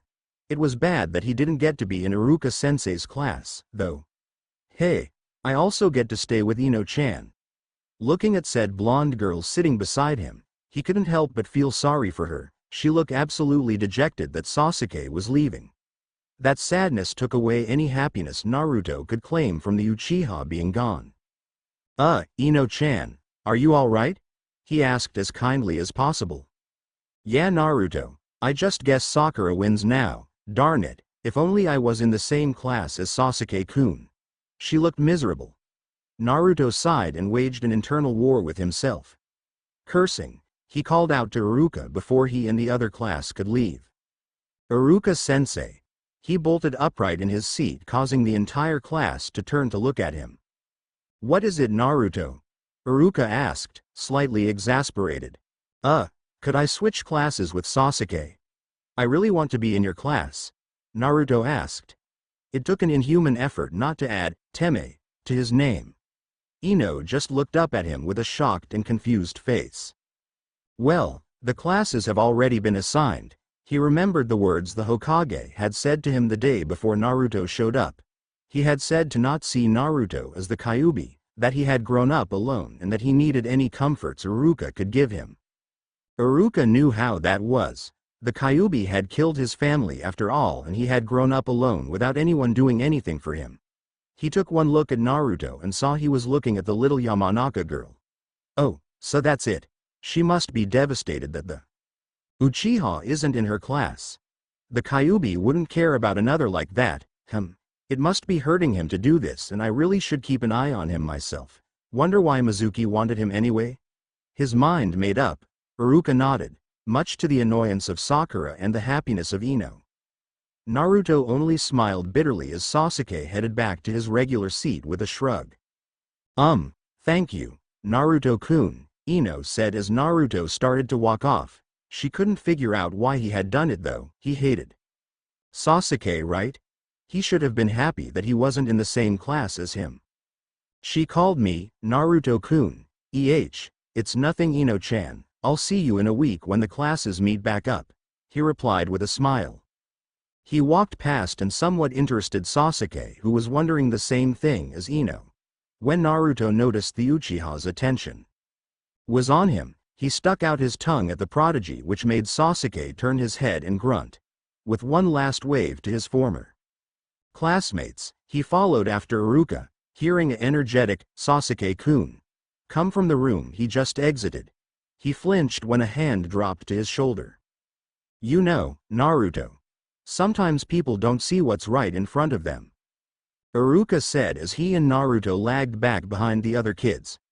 Sakura was already taking charge, leading the class since Iruka made her class leader to placate the angry Kunoichi in training after he took her beloved Sasuke-kun away from her. Usually, they never do wake up and see what's right there, but sometimes, Iruka smirked a bit at the blonde. Sometimes they do, and then they appreciate what was waiting on them that much more. Naruto paled a bit before stuttering out a response. What makes you think I care? I just wanted to have you as a teacher, Naruto said defensively. Iruka chuckled a bit. Well, thanks, Naruto. Oh, I hear you like ramen? Naruto immediately perked up. I've been looking for a new place to eat dinner. Do you happen to know any good ones that you go to a lot? And thus the two went, with certain blonde extolling the virtues of a certain ramen stand to an interested chunin with a sympathetic ear. Huh. You guys didn't really think I'd slap Naruto and Ino in class together, did you? No way I'd make it that easy on him. So yeah, no uber powerful Naruto in this fiction. Kyuubi is just too lazy to help much. Next chapter is going to have a series of snapshots from Naruto's life up to graduation. No way I can write the chapters needed to fill up 6 years of Naruto's life. It will probably be a huge chapter though. I can't get by with just a few words per year. Expect it to take a bit longer as well. I hope no one minds the OOC Kyuubi. I just like him too much to make him super evil. Well, read and review and see you guys next time. Jutsu list. Thought this would be a good addition. Kirigakure no Jutsu. Hidden mist skill. A highly effective cover technique. Blankets an area in a thick fog, confusing the senses of the enemy. And yes, Tsuji was using chakra to walk on the water. Props to whomever caught that. Empires that wax and wane. Yosh. How is everyone? So wow, this fiction actually breaks 20,000 words. Amazing. There is no way I could have done this without the guidance and support from my loyal readers. This chapter is one I'm particularly proud of because most of it is written in first person by the person writing, the individual writing the notes, reports. I think you all will like this chapter because it's my best writing style. Now, on with the chapter. Disclaimer: no jutsu. I still don't own Naruto, but I still own Tsuji. Chapter 6. Empires that wax and wane. From the notes of Amino Iruka, instructor at the Ninja Academy of Konoha. Well, it's been 4 months since I've started teaching the new class of students. After the incident between Uzumaki Naruto and Uchiha Sasuke, I decided to split the classes, separating the two. The Hokage has personally decreased to all ninja present at the time of the fight to treat the events that transpired there as a S-class secret, therefore no more about it will be put into my notes. The real shock of the fight was the way Naruto moved. He actually put Sasuke through his paces every time the two locked up. The winner of the match was, in fact, Naruto, but he has asked me to keep that to myself. He insists that he will beat Sasuke Teme on his own. If it was several weeks ago, I would have agreed he would be able to do it. Now however there are circumstances. Sasuke's older brother, Itachi Uchiha, betrayed the village and murdered his entire clan. He has since been declared a missing nin and a S-class criminal, one to be killed on sight. The psychological effect this has had on Sasuke is monumental. His entire temperament has changed overnight. He is now more focused on his work and practices taijutsu more so than anyone in his class, that much I have seen myself. Mizuki, who runs the class Sasuke is in, has stated that the Uchiha is now more detached from his classmates, even Ino, whom he had been warming up to. Speaking of the young Yamanaka girl, her talents are quickly propelling her to the top of the class, even giving Sasuke a run for that title. It seems that without any direct competition for Sasuke's attention, which he still does not direct at her, she is more focused on her work. Even her family's special mind abilities are starting to show. She has developed a low-level genjutsu. It's not much, but it does make a person's vision lose focus if they try to look directly at her when it's active. So far she can only hold it for 30 seconds before she's out of chakra, but I am confident Mizuki can train her to the point where she can at least keep it active for several minutes. She calls it Nentu Fusenmei no Jutsu, or mind blur skill. Mizuki has wrote up a full report and has sent it to Inoshi, Ino's father. Now, on to Naruto Uzumaki. He is one of the best fighters in his class with taijutsu, even giving Kiba Inuzuka, our class's best taijutsu fighter, a good match when I have them spar. What he lacks in strength, he makes up for with speed and precision. While he is still clumsy in some moves, he is catching up quickly with his other classmates and looks to be one the academy's fastest ninja, Rock Lee not withstanding.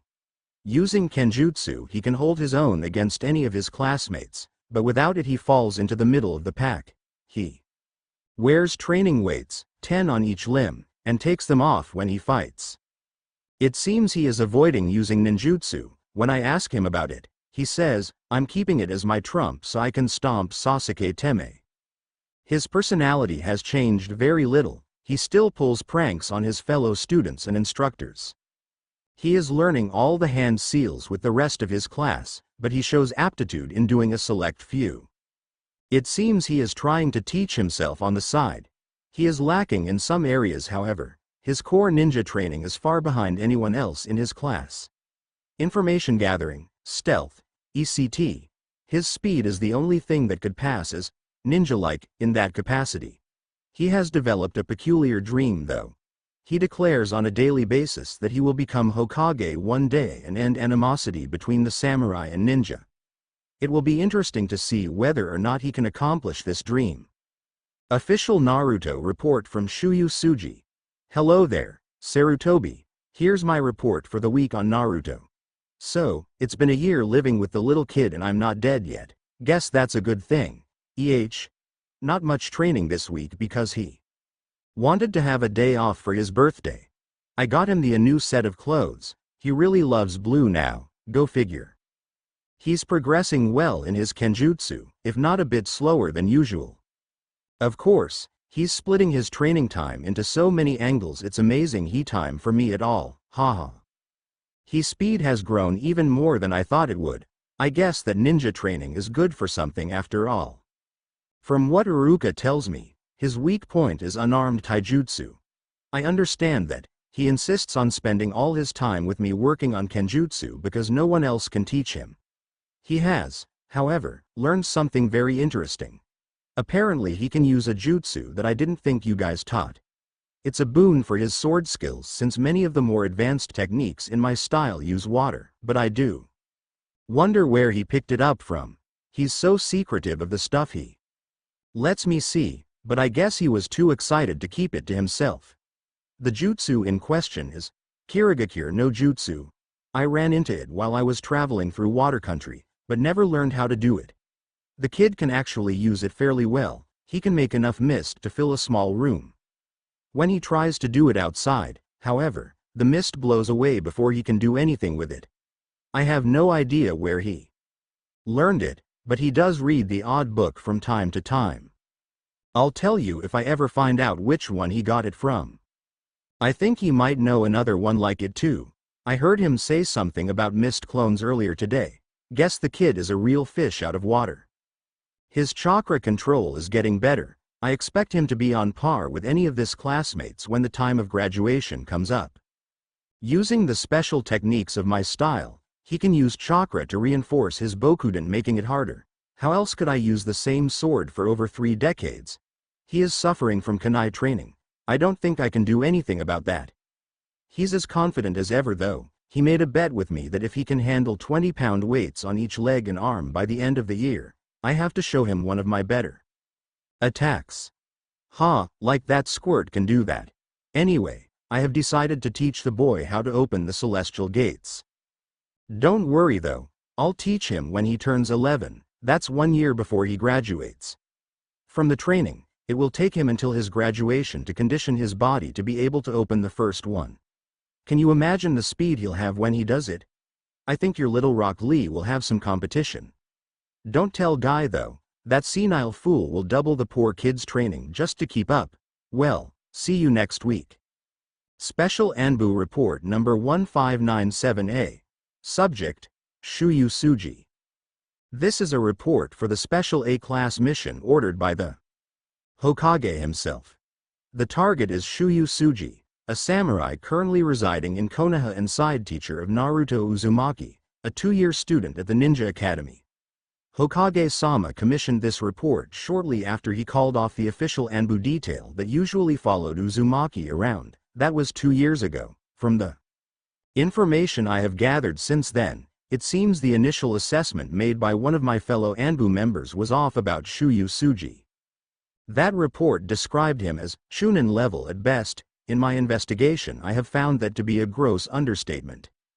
From the limited training sessions he regularly has with Uzumaki, I have witnessed him display Junin level skill and advanced chakra manipulation. His kenjutsu, which he calls Gakido Sei Ryu, or Raging Current style, seems to rely heavily on water being nearby, but not for the form itself, only for the chakra attacks it employs. I, personally, have only witnessed one such attack, thus prompting me to call of this mission due to my early retirement from Anbu. The attack in question was shown due to Uzumaki having a bet with Shuyu. I do not know the specifics, but it appears the condition was that if Uzumaki won, Shuyu would show him a high-level skill. The attack started with Shuyu using chakra water.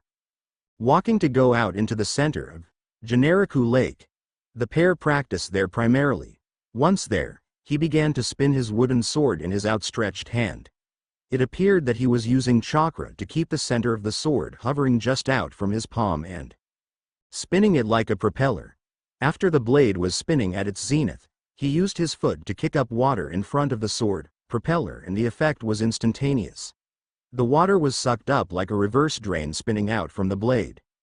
It seems that once a bit of water is pulled up in front of the vortex, it pulls more and more into a giant reverse tornado that twirls the water into a devastating force. Something like a water drill. The lake itself looked like it would be blown away from the wind coming off of the attack. The water drill shot out from his spinning sword and took out several trees before he stopped the attack. I later found out the name of the attack was Gakido Gufu Ken, or the Raging Typhoon Sword. I found out the name because Suji himself told me as I was laid out on the ground, for I was in one of the trees his attack destroyed. He said, "Make sure you spell it right when you write your report. Some people spell typhoon like typhoon. I don't want my attacks being screwed up by spelling errors." As I said, my resignation is attached to the back of this report. From the notes of Ashiya Mizuki, co-instructor at the Ninja Academy of Konoha. Today was interesting to say the least.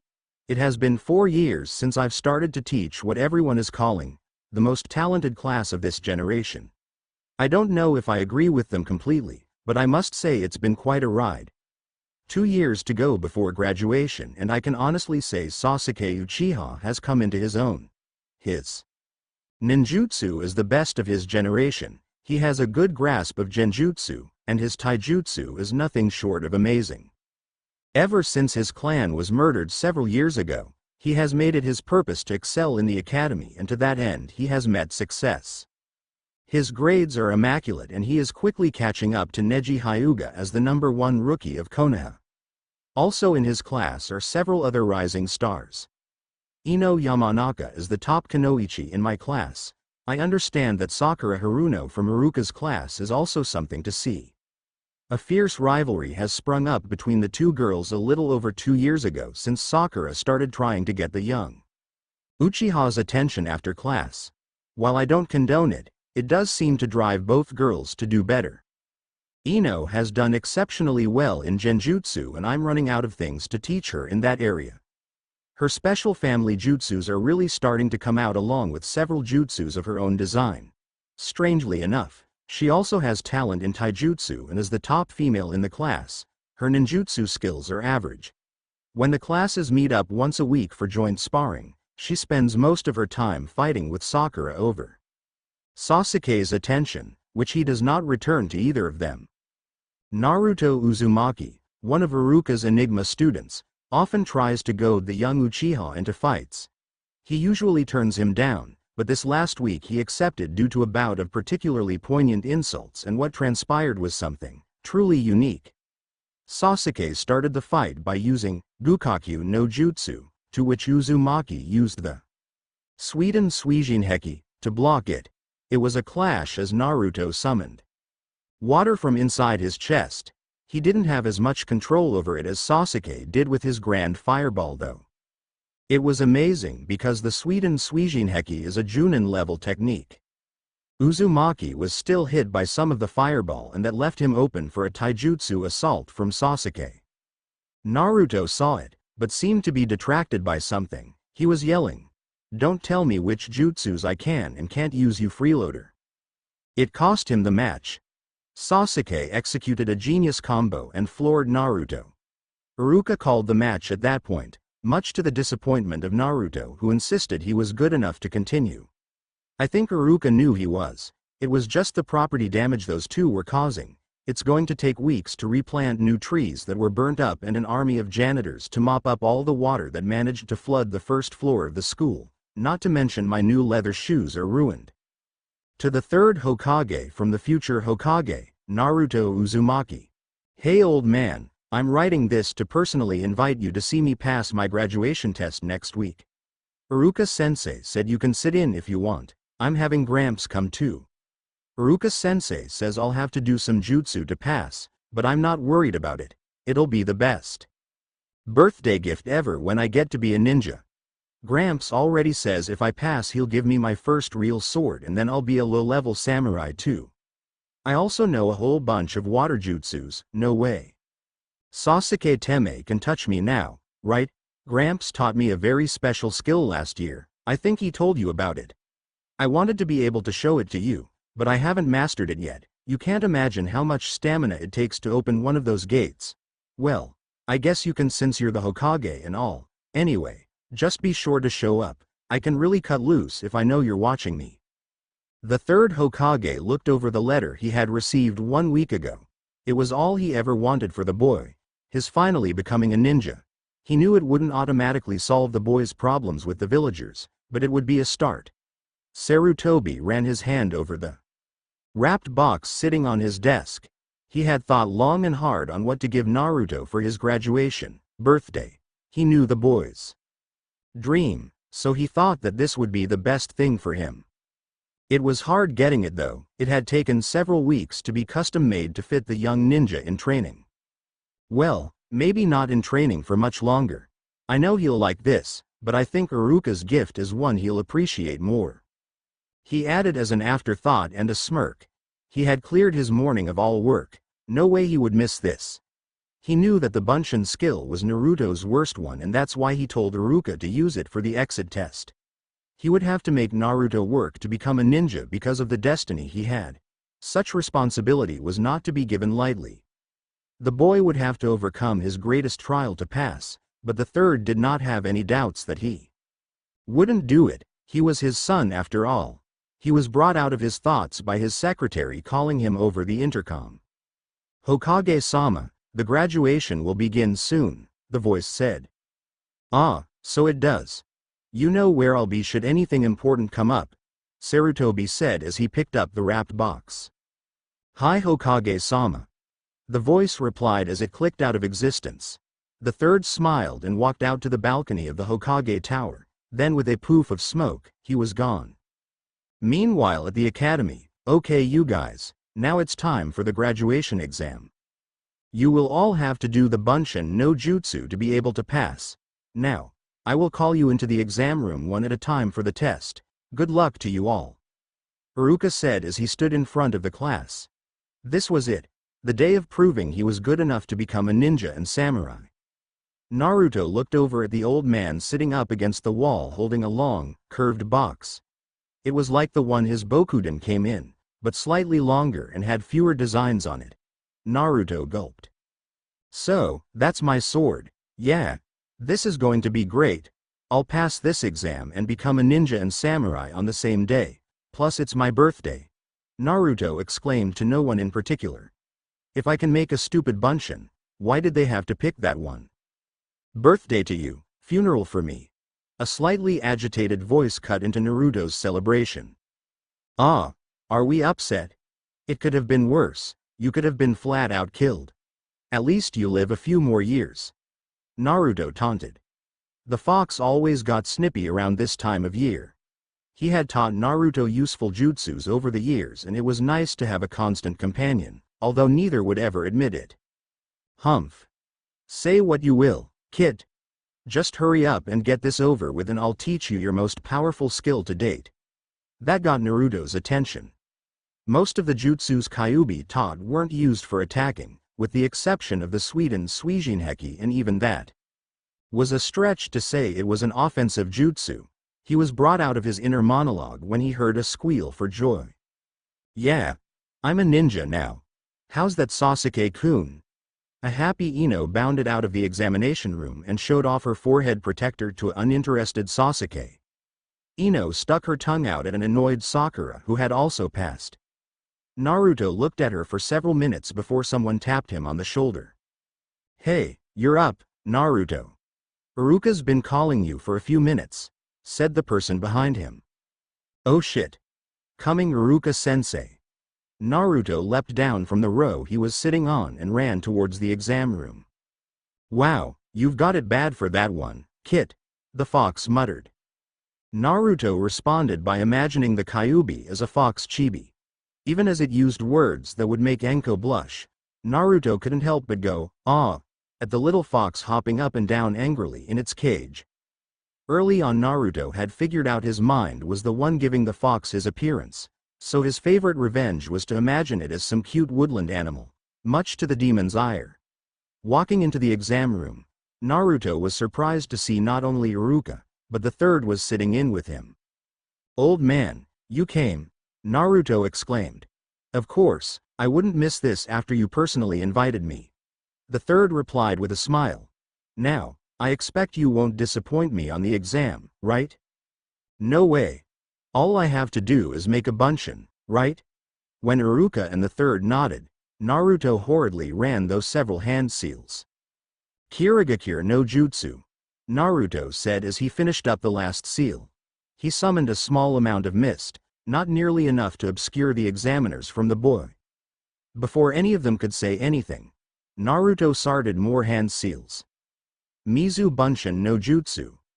With those words, two water clones formed into existence from the mist, lingering in the air, effectively ending the hidden mist jutsu. "Good work, Naruto. Very good improvisation," Iruka said, holding up a forehead protector.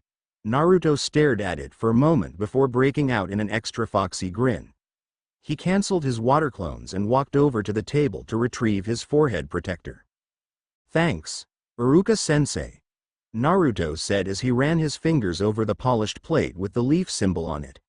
He put in on under his blonde bangs, He noticed the third smile even more as he pulled out a large box from under the table. "Here you are, Naruto, happy birthday and graduation," he said as he held out the box. Naruto blinked. He wasn't expecting anything more. He hurriedly ripped the paper off and opened the box. His eyes went wide as he stared at what was in it. "It's great. Thank you," Naruto exclaimed as he held up a light blue trench coat. He noticed the white wave patterns adorning the hem and back.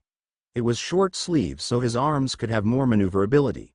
He slipped it on over his dark blue vest. He turned to a stunned Iruka. "He looks like the fourth," Iruka managed to croak out. "Yes, I had it custom made to look just like his. Naruto, I think that coat will serve you just as well as his did. After all, you have a dream to be a Hokage, now you actually look the part," the third said with a chuckle. "Yeah. Now all I have to do is get Gramps to pass me and I'll be ready to take on anything anyone can dish out at me," Naruto exclaimed. "Well, I'd go talk to him then. Also, could you go tell Sasuke to come in here? It's his turn now," Iruka said. Fine. Don't suppose you guys could fail him this year so I can hold it over his head?" Naruto took the twin glares as a no and walked out of the room. His good mood fell further when he saw Ino latched onto Sasuke and Sakura zoning out staring at his face. "Hey, Sasuke Teme, your turn." Naruto ignored the death glare that was shot at him by Sakura and Ino. Sasuke looked at his new outfit and snorted. "Dobi, what is that thing?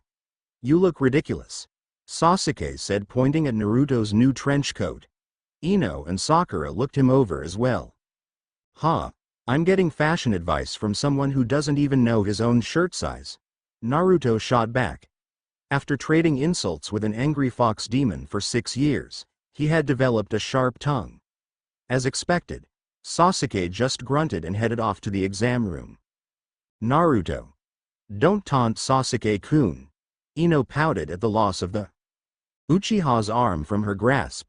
Sakura, however, seemed to still be in her daydream. "Really, I don't know what you two see in him. He has the personality of a wet mop, always brooding about one thing or the other," Naruto said in a pout of his own. He and Sasuke had been rivals since the first day of the academy due to their fight, but Naruto held as a rival for something else. Is the girl not paying you any attention?" Kyuubi said, waking up from his afternoon nap. "No. That's not it. I just don't see why she throws herself at him. There is absolutely nothing that's anywhere remotely interesting about that guy." "Yeah, you know what I hear. Blah, blah, blah. Ino won't look at me because Sasuke is cooler." The fox mocked in a bad Naruto impression. Right before World War III broke out in Naruto's mind. Sasuke walked out of the exam room followed by Iruka. The Hokage had disappeared like he always does. Sasuke had his forehead protector on, which made Ino all but swoon. "See, Naruto. That's why we like Sasuke-kun. He's so gorgeous," Ino squealed. Naruto almost flooded the building when Sasuke gave a smug smile in his direction. "Now we'll pick teams to see who will have a chance to become a genin." The students all stopped talking to listen to Iruka. Naruto zoned out until he heard his name being called. Team 7. Naruto Uzumaki, Ino Yamanaka. Naruto was barely containing his excitement. Iruka could see the look on Naruto's face all the way down in the front. "Hey, happy birthday, Naruto. Too bad I have do this, and Sasuke Uchiha." "Yes. Take that forehead, girl," Ino shouted, forming a V for victory sign while grinning ear to ear. Naruto just looked stunned and Kyuubi just laughed at the irony of it all. "Damn it," Naruto muttered to himself. The best chance he had to get Ino away from Sasuke was blown to hell. Said boy was simply staring death glares at Iruka. Naruto rolled his eyes when Iruka called off class early so they could meet with their Junin teachers. Sasuke stayed where he was, thus Ino stayed glued to his side. Naruto looked over to where his samurai teacher had been and was happy to see the man asleep in his seat. "Well, I could use something to cheer me up and I've been looking forward to this for a while." Naruto walked over to where the old man was and kicked his chair, causing Ino and Sasuke to look over at him. "Hey Gramps, wake up. The exam's over," Naruto said as he pulled the old man's beard. "Huh? Yawn it is. How'd you do?" the man said as he stretched, his bones popping. "Hey, was there any doubt? I passed with flying colors," Naruto said proudly. The old man finally woke up and looked Naruto over. "Well, don't we look sharp? Where'd you get that?" he said as he stroked his long beard. "It was a present from the old man, said the fourth had something like it," Naruto said as he sat down across from the old samurai. "The fourth?" Ino said, taking interest in the conversation. Sasuke just watched the exchange out of the corner of his eye, trying to seem non-interested. Before Naruto could go on, Tsuji cleared his throat, gaining all their attention. "So, you passed the exam. I did say I'd give you your first real sword if you did, so here. Take good care of it, kid," Tsuji said as he held out the box he had been holding. Naruto took it with shaking hands while Ino poked her head over his shoulder to watch. Naruto studied the case itself.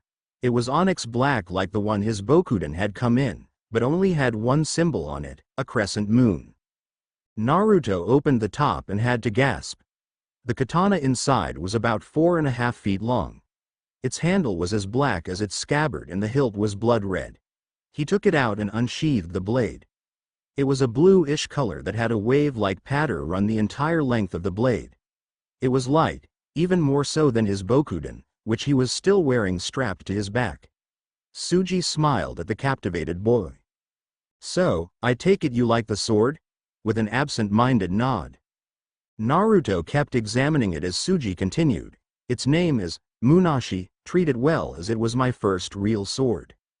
That blade has seen more battles than any ninja in this village, it won't let you down," the man said, adopting an out-of-character tone.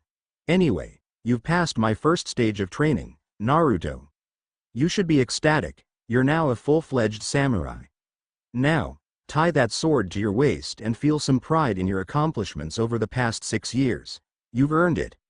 Naruto did as directed and sheathed the sword before hanging it at his waist. He felt complete somehow. Ino looked him over before whistling out loud. "Wow Naruto, you look," just as she was about to finish this, the door to the classroom slid open and a lazy-looking man walked in. He was reading some orange book and most of his head was covered by something, whether it was half his face with a mask or his left eye with a forehead protector. Naruto cursed him for his timing. "Damn. Just when Ino was going to say something to me. Wow, I've got a bunch of weirdos to teach this year," the man said as he looked them all over. He seemed to get serious when he looked at Naruto, but he soon shifted his eye to look at the others. Tsuji took this opportunity to excuse himself, only catching a glance from the silver-haired man on his way out. "So, let's get to know each other, let's head up to the roof," and with a poof he was gone. Was he really our Junin instructor? Sasuke muttered, still a bit shocked at the Emin's appearance. "Yeah, he doesn't seem too ninja-like," said Ino. Naruto simply rose from his chair and started for the door. "Come on, we can worry about all that later, let's not disobey our first order." Naruto noticed the confused look on their faces before blushing and rubbing the back of his neck. "Well, when you have a teacher like Gramps, you learn to not underestimate anyone," Naruto said as he ran on ahead towards the stairs. "Naruto, just when did you grow up so much?" Ino whispered as she and Sasuke followed a certain blue-clad samurai on their way to see the man who would change their lives. "Finally, I'm up to where the manga starts. Let me tell you, it's been a bear getting this far." Next time on Bushido no Jutsu. Kakashi gives his students the bell test. Ino has a mind trap in store just for Kakashi, and Naruto shows off his ultimate assassination technique. Kakashi versus the trio of terror. So wow, this fiction has beaten my first one in terms of hits, favorites, and alerts. That is something I never expected. Again, thanks to all my loyal readers, although some of your praise is a bit too much, This story can get better and I won't rest until it is. I'm still working on my writing style, so it should get better with future chapters. Now, on with the chapter. Don't forget to read and review. Okay, folks. I need ideas on future pairings in the fiction. Tell me your ideas about who should go with who. I love odd pairings, so try to think outside the box. I'll pick which ones to use based on the number of votes, so tell me what you want to see. Edit. I didn't make myself clear on the voting thing. I meant you could vote for pairs other than the Naruto x Ino main one. Sorry, don't kill me. Chapter 7. Copy Ninja Kakashi versus the Trio of Terror. So, tell me a bit about yourselves. Name, likes and dislikes, goals for the future, things like that. The group had finally made their way up to the roof where their teacher was. He looked half asleep and was lazily reading a copy of Aichia Paradise, much to the embarrassment of the three genin. Hey, don't you think you should tell us about yourself first? I mean, we don't even know your name. Naruto yelled out in irritation. Sasuke, Ino, and himself were arrayed in a line sitting in front of the Junin who was still reading his book, never moving his eye to them. Oh, me? My name is Hitaki Kakashi. I have no desire to tell you about my likes and dislikes.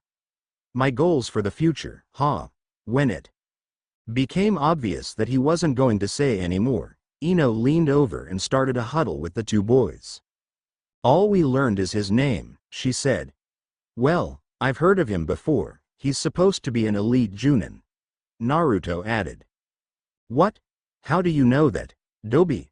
Sasuke asked in a way that made him seem uninterested even when he was in the conversation. Gramps makes me study sometimes, you bastard.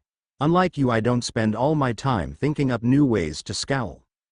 Before Ino and Sasuke could exact wrathful vengeance on a certain blonde-haired samurai, Kakashi coughed, reminding the three that they were not alone. So, the blonde boy goes next. Tell us about yourself. Kakashi said, flipping the page in his book. Naruto smiled and puffed out his chest. I'm Naruto Uzumaki. I like ramen, Gramps, the old man, and thinking up new kenjutsu and ninjutsu moves. My dream is to become Hokage and end the distrust between the samurai and ninja, and to get a certain person to acknowledge me. He added the last bit sheepishly before leaning back on his hands. Kakashi blinked a few times before looking back down at his book. So, that kid really was trained as a samurai, Hokage, huh? Interesting way he turned out. And what was that bit about a certain person to acknowledge him? He watched as Naruto's eyes stole a glance at the young blonde Kunoichi currently ogling the Uchiha kid and groaned. Teenage hormones were an enemy he did not want to deal with. All right, fine. He turned to the raven-haired boy who was trying to look annoyed as the blonde-haired girl latched onto his arm. Your turn, Casanova. He smiled under his mask as Sasuke glared at him, then pulled his arm out of Ino's iron grip. My name is Sasuke Uchiha. There are a lot of things I don't like, not many things I do. My dream, no, my ambition, is to kill a certain man and restore my clan. Sasuke said as he stared intently off into the distance. Kakashi mentally sighed. Thought so. He then directed his attention to the little blonde girl with the long ponytail. And you? He said as he started to read his book again. I'm Ino Yamanaka. I like flowers, my perfect hair, Sasuke-kun. She winked as she said his name. Sasuke grunted while Naruto's eye twitched, and coming up with new genjutsu. I dislike people who annoy Sasuke-kun and other girls who try to sink their claws into him. My dream is to master all of the family's jutsus and to be the first girl to kiss Sasuke-kun. She exclaimed while latching herself onto the flustered Uchiha's arm yet again. Kakashi big sweated and his eye twitched. Well, at least she's not shy. Thoughts of how much this girl reminded him of a certain perverted hermit, only with reversed genders, were quickly shaken off as he felt the killing intent in the air raise a few levels. Sasuke and Ino seemed to not notice that it was coming from Naruto. Oh, this isn't going to be pretty. Kakashi hastily diffused the situation by snapping his book shut, getting them all to focus on him once again. Okay, Now that that's over, I'm going to take off. Meet me at training area 7 tomorrow morning. He started to put his book away when he added as an afterthought, and don't eat breakfast. Why not? Ino asked as she looked up at him from her place by Sasuke. Just because. I suggest you get some rest, because tomorrow the real test begins. If you fail, you'll be tossed back into the academy. Before he was berated by two angry blondes, he went poof and left them on the roof. Later in the day, damn him! Naruto exclaimed as was sitting at his favorite ramen stand. I can't believe this. How can he even think about sending us back to the academy after all we've been though? Calm down, Naruto. I've talked to Sakura. Her teacher is doing the same thing. Ino said as she slurped up more of her miso ramen. He's a Junin, so he can't expect us to beat him in combat or anything, so it can't be too hard. Naruto had suggested that the team go out to dinner to celebrate, but Sasuke had declined, only giving his trademark, HN, in response. Naruto didn't care though. Without him here it kinda felt like a date? Came a snide voice from the back of Naruto's mind. No, it's just nice to hang out with her without her hanging all over Sasuke Teme. Naruto retorted. He knew he was in for it when he heard the fox sigh. Look, Kit. You're going to have to step up if you want her. Sitting around doing nothing and regretting it is not a good way to go through life. The fox said in an exasperated voice. Naruto mulled that over for a bit before responding. Hey, be careful, furball. If you talk like that I might start to think you care. Indignant denials aside, the fox got relatively quiet, so Naruto assumed he had said his piece on the matter. Maybe I should take his advice. I have to do this very carefully though. Hey, Ino. What makes you think we can't beat Kakashi-sensei? Ino looked at him with a, how dumb can you be, look. Because he's a Junin. Not even Sasuke-kun could beat him now. As much as I hate to admit it. Sasuke-kun can beat him in a few years, though. Care to make a bet? Ino's eye arched as she regarded Naruto. If I can beat him, you have to buy me dinner. A nice one. Ha. She'll be going out on a date with me and she won't even know it. I'm a genius. Ha, like you could do that. When you lose, what do I get? Ino said, a bit amused. Whatever you want? Naruto said. He hadn't thought of the possibility of him losing. Hey, I have the perfect thing. When you lose, you have to call Sasuke-kun. Sasuke Dono. From now on, Ino said in a happy voice. No way, old Naruto agreed to that. Done. Naruto said as he stood up from the stand. Ino was too shocked to say anything as he waved and ran down the street. No way, why would he care that much about a free dinner? Ino asked herself as she finished up her ramen. She paid the man and headed off to her house, all the while fighting down the suspicion that tomorrow was going to be very interesting. At the lake, all right fox, time to pay up. Naruto had come here straight from the ramen stand, eager to get his new jutsu for the year. He hadn't forgotten that Kyuubi said it was an offensive jutsu and was determined to learn it before heading off to the training ground in the morning. No way I'm calling that bastard, Dono. Hey, don't get mad at me, kid. You're the one who made the bet. The fox said, yawing as he did so. But, I don't like that kid either, so I'll teach you. Go stand by the lake. Naruto did as he was told and waited for the fox to continue. All right, this jutsu is called Suiden Daibakufu no Jutsu, or the water explosion skill. It's a very high-level jutsu. I imagine you'll only be able to use it once or twice before you'd be in danger of chakra depletion. Ha, I'd only need to hit the guy once with it for it to work. Show me the seals. The fox muttered about overconfident idiots before projecting the seal sequence into Naruto's mind. He was amazed by the sheer number of them and the speed which they were being carried out. You're kidding me. Not even my special attack has that many seals. Oh well. Guess you really don't want to win that bet. The fox trailed off, knowing it would have the desired effect. Naruto grumbled and started working through the seals while afternoon drained into night. The next morning, Sasuke-kun. It was morning, 10 minutes before Team 7 was supposed to meet up with their sensei, Kakashi. Sasuke had decided to cut the time close as to minimize the attention of a certain blonde kunoichi.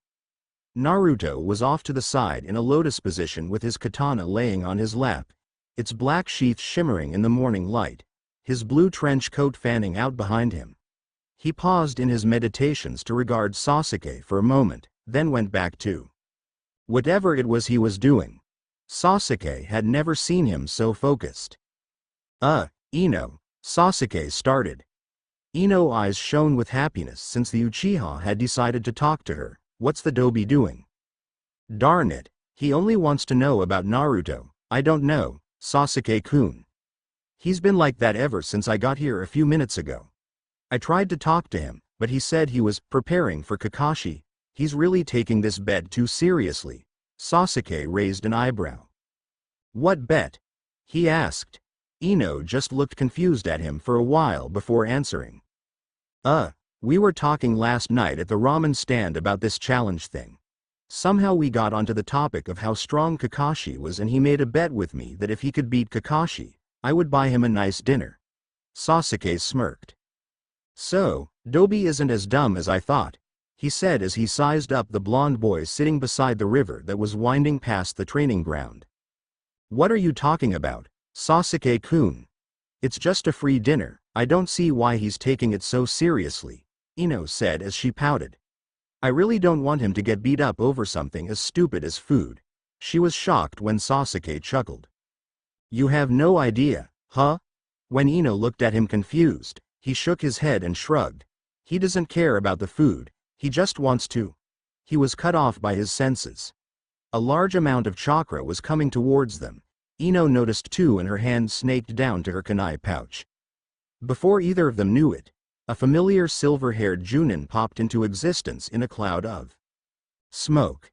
Kakashi noticed that the blonde girl and Uchiha had sensed him. Pretty good, it would take Chunin-level chakra control to be able to sense me. Just maybe these guys will come through for me, he looked over at the last member of the team who was still silently meditating by the river. Guess they kept that old tradition of sticking the worst student with the best. Well, glad to see you all made it. Now, the purpose of this exercise is to see if you're all genin material. He pulled out 2 bells from his kunai pouch and jingled them, effectively getting Naruto's attention. You have until noon to get these bells from me or you fail. Get it? But there are only 2 of them. How can we all pass when there are 3 of us? Ino asked. Oh, she's bright. Very good observation. The truth is, Kakashi's visible eye curved upwards. Only 2 of you can pass. The one that doesn't get a bell gets tossed back to the academy. Nani? Naruto shot up. You can't do that. Actually, I can. Now, are you going to argue or are you going to get a bell? Time is wasting.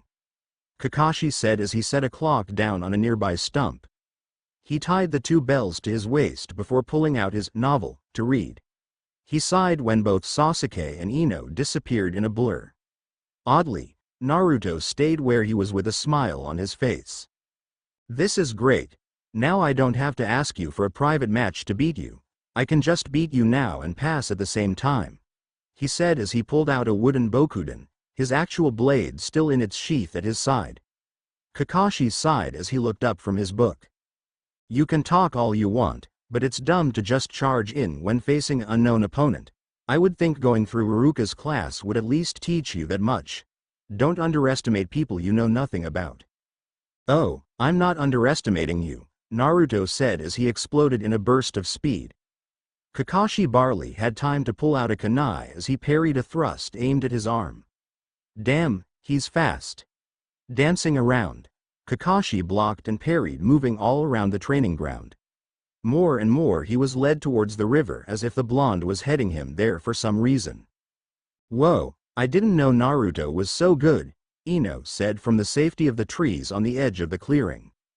Sasuke and Ino had decided to stay together and look for an opening to attack when Naruto distracted the Junin by attacking head-on.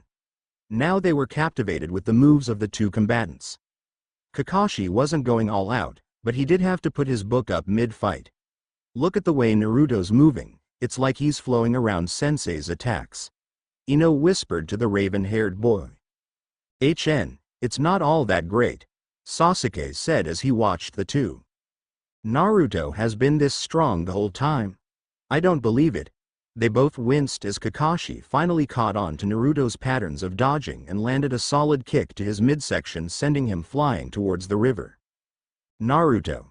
Ino yelled involuntarily. However, worry turned into astonishment as Naruto didn't plummet into the water like they thought he would. Instead, he seemed to catch himself and actually stand on the water. So, you can already do water walking.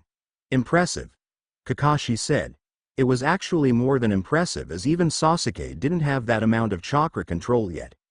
Kakashi noted that the boy was still a bit wobbly as he stood there, occasionally sinking a foot into the water only to pull it back out again. I can do more than that, Kakashi-sensei. Damn. He's a lot faster than I thought, and how did he catch onto my dodge patterns so fast? I have to end this now.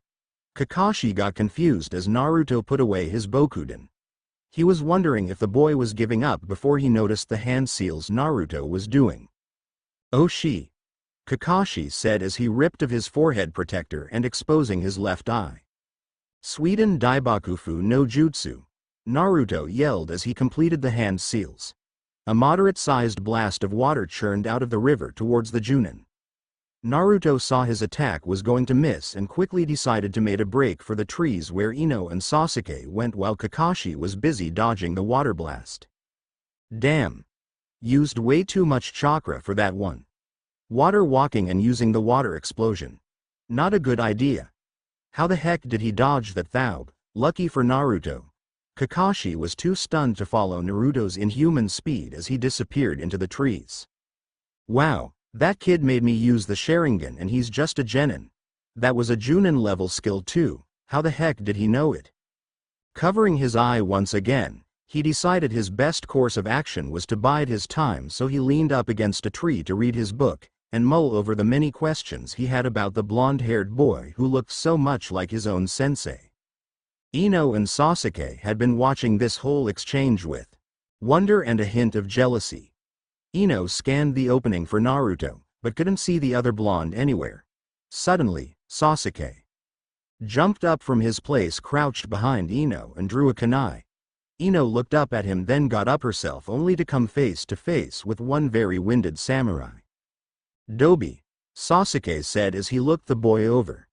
Naruto was sprawled out on the grass under the tree his two team members were in. Sasuke looked back at the Junin before hopping down to crouch beside the other boy. What was that jutsu you used? Where did you learn it? Naruto grinned at the other boy's blatant jealousy. Ah, don't get jealous, Sasuke, Naruto said as he sat up.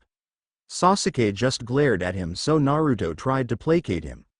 Really, it's not that great a jutsu for you. You are a fire specialist, right?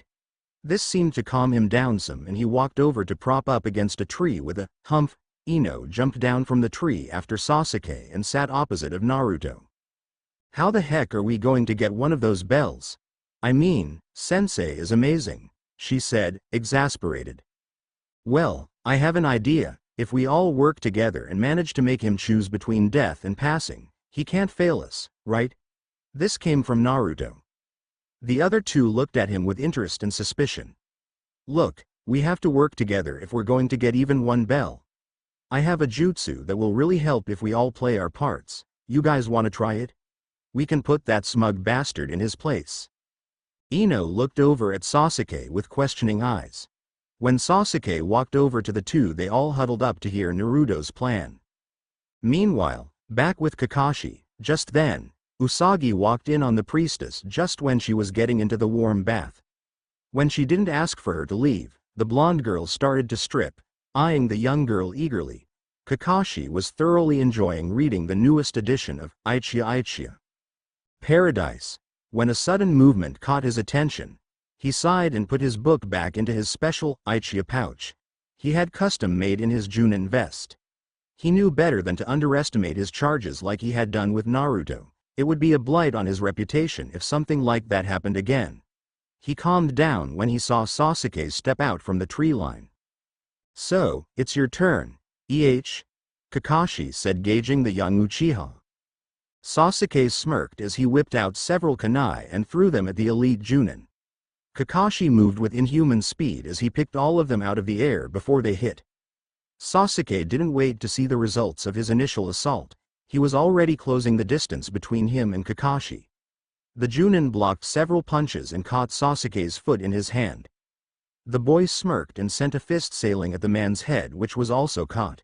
Now that both of Kakashi's hands were busy, the Uchiha whipped his other fist at the Junin's midsection. Damn it, he's going for the bells. Kakashi thought he would get one too until the boy's fist flew past the bells and into his stomach. The man grunted at the impact and the raven-haired boy broke his limbs free of Kakashi's grasp.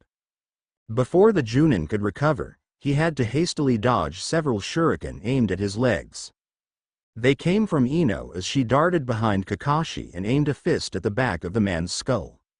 Now he was caught between two opponents and had nothing in sight that he could use a replacement jutsu to switch places with. He was just starting to get the better of his two younger, less experienced opponents until he caught sight of a familiar blonde-haired boy doing hand seals. The two genins leapt away as the boy finished the many seals and let out a cry. They were in a sequence Kakashi had never seen. Naben Ken Kissen no Jutsu. The boy exclaimed as the area was soon filled with mist. Oh, taking away my sight, Not bad, they can work as a team after all. He was brought out of his musing as caught movement coming at him. He saw a figure appear from the mist in front of him. It was Naruto in a full sword thrust. Kakashi ducked and punched upwards as the boy passed harmlessly over him. The punch sailed upwards, aimed at the blonde's stomach and passed right through him. What the? A mist clone. It was too late for Kakashi though. He felt a cold blade pressed up against the back of his neck, a kunai pointed at the front of his throat under his chin, and a third aimed at his Aichia pouch. As the mist cleared, he saw Team 7 all present and smiling. Even Sasuke had a confident grin. Excellent work you three. They all whipped their heads around to see a grinning Kakashi sitting on a high branch of a tree a good 20 feet away. How? Sasuke began as the Kakashi they had at their mercy pop out of existence. Shadow clone. Kakashi answered as he hopped down from the tree. The three genins were still in shock, but the Junin was all smiles. Well, as much of a smile he could give while his face was covered up. That was a great tactic you all used, good teamwork. And I would have been dead if they were really out to kill. I would have had no time to do a replacement jutsu if they weren't just trying to hold me. Yeah, but we didn't get a bell, Naruto said as he fell down on the grass panting. Now we all go back to the academy. I know, hey, wait. Ino looked up from her spot by Naruto. There was no way to beat you alone, was there? We had to team up. Kakashi smiled even more as at least one of them figured it out. Correct. The whole exercise was about getting the three of you to work as a team, and because of that, he let it draw out before giving them a thumbs up. You all pass. Happy cries echoed throughout the forest. Ino glomped onto Sasuke much to his annoyance and Naruto's anger. Kakashi couldn't help but cringe at how much trouble this was going to cause later on. So, Naruto, what was that jutsu you used? Ino said after Sasuke has pulled out of her iron grip. I've never heard of a thing like it. Hey, I made it myself from. I mixed the Kirigakure no Jutsu and Oboro Bunshin no Jutsu into one set of hand seals. It saves time, but uses twice as much chakra. I thought it up after Gramps made me think of a quick kill skill. He said it's what my style was about, to get the enemy into a favorable position so I can deal with them easier, Naruto explained. So, you make mist and a mist clone, then have the clone charge at the target to distract them while you sneak up behind them in the mist to kill them. Pretty good, Naruto. Ino said, very impressed. Naruto blushed a bit before Kakashi cut in. Well, I'll expect this level of competence in the future when we go on our fist mission tomorrow. Go get some sleep tonight. Before he could say any more, Naruto shot up to his feet. Hey, it's still before noon now. Can't we have our fist mission today? Naruto said. Sasuke looked over at Kakashi and Ino shrugged. It was well before noon. The whole test had only taken 2 hours. Kakashi thought for a moment before slumping his shoulders. Okay. Since you are all so eager, meet me at the Hokage Tower in an hour. I'll go on ahead to see what I can get us. With one last comment about kids being the death of him, Kakashi disappeared in a plume of smoke. At the Hokage Tower, and that's what happened, Hokage-sama. Kakashi had just finished up his report of the training session. The Hokage was a bit miffed that Naruto had tried to take on his best Junin one-on-one, but was happy with the end result. If they were out to kill, I wouldn't be standing here. Of course, I only used my Sharingan once and stuck to taijutsu, but it was still quite a feat. Ah, and so you want a mission for them? When Kakashi nodded, Sarutobi let out a sigh.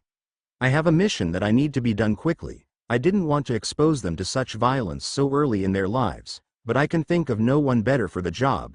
Kakashi started to get worried. Hokage-sama. He started. The third tossed him a file. Leafing through it, Kakashi's eye widened. This is... Yes, the scroll containing all the forbidden jutsus of Konoha has been stolen. It seems Mizuki, the academy teacher, was waiting for a chance to steal it and did so while most were busy at the graduation. The Anbu tracked him as far as our border with hidden sand, but I called them off so I could send a proper team. I have a cover mission for you that should get you into the village without problem. We don't know if he wants the scroll for himself, or if he's trying to sell it too. Hidden sand. I don't think I need to tell you what it would mean if someone other than Konoha got the secrets in there, do I? Kakashi shook his head. He knew all manner of sealing jutsus were in that scroll and what it could possibly do. I have faith in my team's abilities, but I think this might be too much for them, Kakashi began, only to be cut off by the third once again. All the other talented teams are out on assignments right now. We have to get that scroll back. It's an A-class mission, so you have the right to refuse. I just don't have anyone else to turn to. Kakashi sighed once again. He got the feeling the Hokage was exaggerating things, but he couldn't argue. Of course, Hokage-sama. We will leave immediately. With a quick bow, Kakashi poofed out of the Hokage's office, leaving a rather pleased man sitting at the large desk. Well, now let's see if I'm right about those three. Yondaime, I hope your son is as talented as you were because I've given him a test on not only his physical strength, but also his character as a person. Sarutobi said, staring at a picture of a young blonde man with piercing blue eyes. Sorry about the short chapter. So, Naruto and gang head out to hidden sand to chase after the forbidden scroll. Nothing bad could happen, right? Huh. Next time on Bushido no Jutsu. Sand and Fire. The Gathering. Fire and Sand. The Gathering don't hurt me. I finally got the new chapter out, so enjoy it. Sorry that it's taken so long. I kinda hit a writer's block. I was thinking about the pairings for this. Might be adding a third wheel to the Naruto x Ino angle. Dunno yet. Anyway, read and review. I promise the next chapter won't take as long to get out as this one. Disclaimer: no jutsu. I don't own Naruto, but I do own the plot. Don't use my Narutoverse without my permission, please. Chapter. Fire and Sand. The Gathering. So Kakashi sensei, why are we going to hidden sand again? The blonde asked. Like I told you at the Hokage Tower, to chase down Mizuki. The Junin replied. I still can't believe he took off like that. Didn't he know Anbu would be after him? The blonde Kunoichi asked. The trio had left Konoha as soon as Kakashi's meeting with the Hokage was over. It shocked them all that their first mission would be A-class, but the Junin was sure something was going on that he wasn't aware of, especially since the Hokage had paid for the mission out of his own funds. I knew there was something off about that guy ever since he was the teacher of my class at the academy. Sasuke muttered mid-leap. Naruto leapt up beside him, his figure a blur. They had been traveling non-stop since they were out of the village and they were all badly winded, but Naruto still managed to keep the atmosphere light. Wow, if a head case like you says there's something wrong with the guy, then we'd all better watch out. He snickered. Sasuke just glared and grunted. Hey, Naruto. You have to be nice to Sasuke-kun now, remember? You totally lost that bet. Ino declared as she caught up with the rest of them. Did you know that? Sasuke-kun? He has to call you Sasuke Domo. Now. The girl declared with hearts in her eyes. The other blonde almost fell out of a tree in shock. Actually, Naruto did win. The Junin said casually, saving the blonde samurai. Seeing both blondes' confused expressions, he elaborated. Naruto was the first one to catch me off guard, and like you three said, it was his plan. If he really wanted to kill me, I wouldn't be here. So, he won, technically. Naruto could barely contain his excitement. Hell yeah. You owe me dinner, Ino. Naruto said with a foxy grin. Sasuke rolled his eyes and picked up the pace, pulling away from the group. Sasuke-kun. Wait up. See what you did, Naruto? You made him mad for some reason, she accused before leaping off, trying to catch up with the Uchiha. Naruto gritted his teeth but didn't try to follow. Kakashi frowned when he saw the boy's expression. You know, sometimes a girl doesn't see, Kakashi started. Naruto chuckled bitterly. Save it. Someone already gave me the happiness is usually right under someone's nose but they don't see it speech. I'm really starting to wonder if she's worth it, he thought for a moment before sighing. I wouldn't care so much if the bastard actually cared about her, but he doesn't. She's just going to end up getting hurt and I can't do anything about it, he said as he looked ahead at the pair ahead of him. Kakashi absorbed this and his eye noticeably sagged. I guess. There is a way you can get her attention, make her see you in another light. You do have a date with her, right? I'll give you two some time off once we get to Hidden Sand so you can have a good time, the Junin said with his usual lazy, happy tone. Thanks, Kakashi-sensei, the boy said to the Junin. The older man smiled at the thanks. Who would have thought a pervert like you could give sound love advice? Will wonders never cease? The boy exclaimed as he caught up with his teammates. Kakashi grimaced and glanced down at his reading material. What does he know, now? Back to my Icha. The blue-haired girl walked up to the tall woman. Blushing as she ran her gaze over her toned body, Kakashi giggled like a schoolgirl as the odd collection of ninja quickly made their way to the lands of the sand. That is my final offer. No way, 15,000, no less.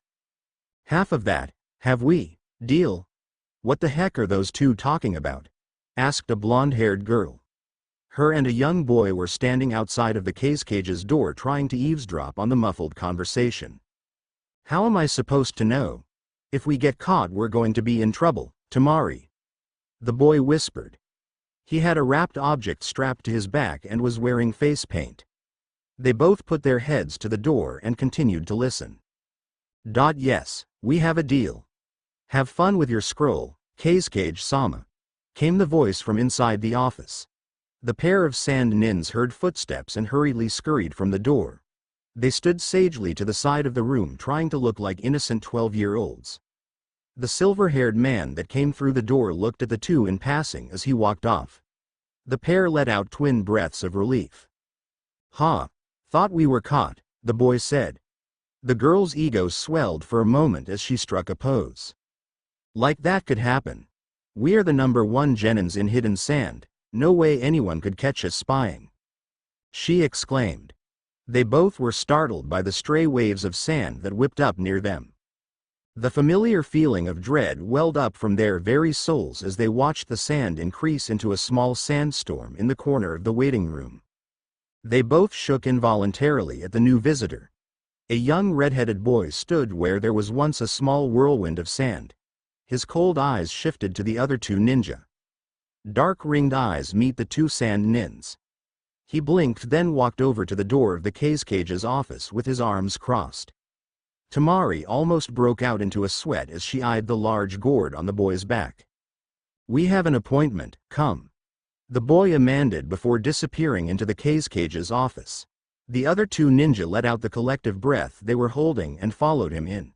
The Cage was sitting behind his desk looking over a very large scroll, grinning like an idiot. He was completely unaware of three ninja now standing inside of his office. So, that's why he's unbalanced, at a cough from in front of his desk. The Cage looked up from the scroll. His children were standing there, two of them frightened and one of them staring at him with blank eyes. Not for much longer. "Ah, you all have arrived right on time, excellent. How are you all doing?" he asked. Two of the siblings blinked and looked over at the young redhead. His face was unreadable. We're good, Dad. You said you had a mission for us?" Temari asked. Kankuro was looking very confused at his point. Gaara still just stood there with his vacant stare. Even the cage shifted uneasily in his chair. A cage-level ninja does not let anyone know he has fears, even if one of them is the human container for the one-tailed raccoon. "Ah, yes. I did have a mission for you, but I'm canceling it as of now. Your new mission is only for one of you." He turned to Gaara. "Gaara, I have something I need you to do and it's very important to the survival of Hidden Sand." The seriousness in the cage's voice made Temari and Kankuro straighten up. Even Gaara raised an eyebrow. "And that would be?" Gaara asked with no emotion. The cage quietly fumed. "That brat. How dare he be so rude to me?" "Calm down, he won't be so smug for too much longer." "Oh no. A way to increase your power. I have recently procured a scroll that will allow me to let you draw more of Shukaku's power. We can begin in a few hours," the cage said. Temari and Kankuro were about to jump out of their skin. Gaara with even more power? That's not something that they wanted to ever see. The demon vessel in question silently pondered this opportunity. It could allow him to get more control over the crazed Tanuki, maybe even let him get some sleep. He slowly nodded, much to the delight of the cage and the terror of his siblings. It was dark. The boy could tell that it wasn't his eyes failing. The only light came from several candles around the area, flickering in the darkness. He tried to sit up, to do something, but found some unknown source was holding him down. Now, he was never one to panic, but even this boy was starting to get worried. He tried to tense his muscles, his hand, his leg, anything, but it was as if his body was no longer his own. "Calm down, it's just a jutsu that will restrain you in case something goes wrong," a voice said. The boy darted his eyes around, trying to see the person that was talking even though he knew who it was. He tried to say something in protest to the treatment, but like the rest of his body he couldn't get his vocal cords to work. Sounds came to his ears, a low humming. His senses were still his own and he reached out with them, years of training and instinct coming into play. He could feel the massive amount of chakra being gathered, for what the boy didn't know. Slowly a figure made its way over to him. The boy knew the person standing over him. "My defenses won't allow you to kill me. Even if I was foolish enough to allow you to suppress my chakra, the sand will not allow you harm me. Already I can feel some control returning," the boy said in monotone. The man hovering above him smirked as he started gathering more chakra into his hands. As he did, the boy noticed hundreds of seals run in lines all over the room. Thousands of them all running into a single point, his stomach. "Well then, I guess I'll have to do this quickly, right Gaara?" the cage said as he rammed his glowing hand into the boy's stomach, his bitter resolve to stay conscious only adding to the pain. "And what is your business in Suna?" a gruff guard asked Team 7. They had just arrived in Hidden Sand when the sun started to wane in the sky. Kakashi had suggested they all get a room tonight and start the search in the morning. They were currently at the gates of the Sandy City being confronted by a very gruff gate guard. "We are on a diplomatic mission for the Hokage of Hidden Leaf. I have the official documents on me. Want to see them?" Kakashi asked in his usual, "I don't give a crap" voice while reading his precious book. Luckily they had received an actual diplomatic mission to use as a cover to get into Hidden Sand. The guard looked over the paperwork and grudgingly approved. While Kakashi was getting directions to a good hotel, Naruto was taking the time to look around at the construction of the buildings. "Wow, the buildings here are all the same color, it could fry your brain after a while," the samurai said as he looked over at a multi-story complex. Sasuke was off to the side with Ino carrying on a one-sided conversation. Naruto gritted his teeth, but before he could say anything Kakashi shuffled back over to them. "Well, there's a place we can stay at the end of this street, so we'll be there." "Are Diplomatic mission will start tomorrow, so I suggest you guys don't stay out too late, the Junin said as he started reading again. That sounds good, Kakashi-sensei.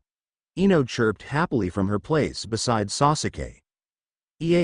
I'm hungry though, let's get dinner, she suggested as she smirked at the Uchiha. Sasuke just grunted. Naruto wasn't too happy with the prospect of spending more time watching Ino throw herself at Sasuke until Kakashi spoke up. Well, me and Sasuke can go get takeout or something. Ino, don't you owe Naruto a dinner? The copy nin said in a surprisingly non-lazy tone. The blonde boy gave him a very thankful smile. Ino looked between Naruto and Sasuke and finally let out a sigh. Right. Come on, Naruto. Ramen I guess, right? She asked. Naruto looked happy at the prospect but took a minute to think. Wait, Kakashi-sensei said to let her see me in a new light. If we just go for ramen, she'll just see the usual me stuffing my face with ramen, so I've got to pick a regular restaurant. But that means giving up ramen, and that's never a good thing. But if I don't, I might not ever get another chance with Ino-chan. I was thinking of a more traditional dinner. Maybe a place in an actual building and not open-air cart. The rest of the group stared at the boy as if he had grown a second head. Shockingly, Sasuke was the first to speak up. Dobi, did you just turn down ramen? The Uchiha said with more emotion than one would think he had in his entire body. Naruto was beginning to get uncomfortable being the center of attention. Kakashi even let his beloved Icha Paradise book slip from his grip and fall to the dusty street. It's not that big of a deal. Come on Ino-chan, let's go before these guys have a stroke or something, the boy said in a rush before grabbing the other blonde's hand and running down the street. Ino was still too shocked to offer any protest. Kakashi and Sasuke watched the pair run down the street, obviously having no idea on where to go to. So, I'm off. What are your plans, Sasuke? The Junin asked his student. Sasuke just grunted and walked off. Well, at least I don't have to babysit anyone, Kakashi mumbled before heading off to the nearest bookstore to get word on the newest edition of Icha Paradise. Gaara's eyes blinked open. He was vertical and his wrists were sore. He took a quick glance around and found he was in a small room shackled to the wall. What the hell did father do to me? Last thing I remember was some sort of seal, then pain. Wait, did I black out? How did they survive Shukaku? The demon takes complete control when I'm unconscious. He stopped his inner monologue for a moment and noticed something even more confusing than him being unconscious. For the first time since he was small, there was no psychotic voice in the back of his mind. I can hear myself think. Father must have done something drastic to get Shukaku to shut up. Snapping him out of his trance, the door swung open and the small room flooded with light. Gaara narrowed his eyes at the sudden brightness and could only make out a shady figure standing in the door. As his vision got used to the light, he made out the trademark images of his siblings, Tamari and Kankuro. Another figure pushed past them. It was their Junin sensei, Baki. So, you're awake. Good, it makes this easier. Gaara noticed that his two siblings flinched but didn't say anything. They seemed to be looking anywhere but at Gaara.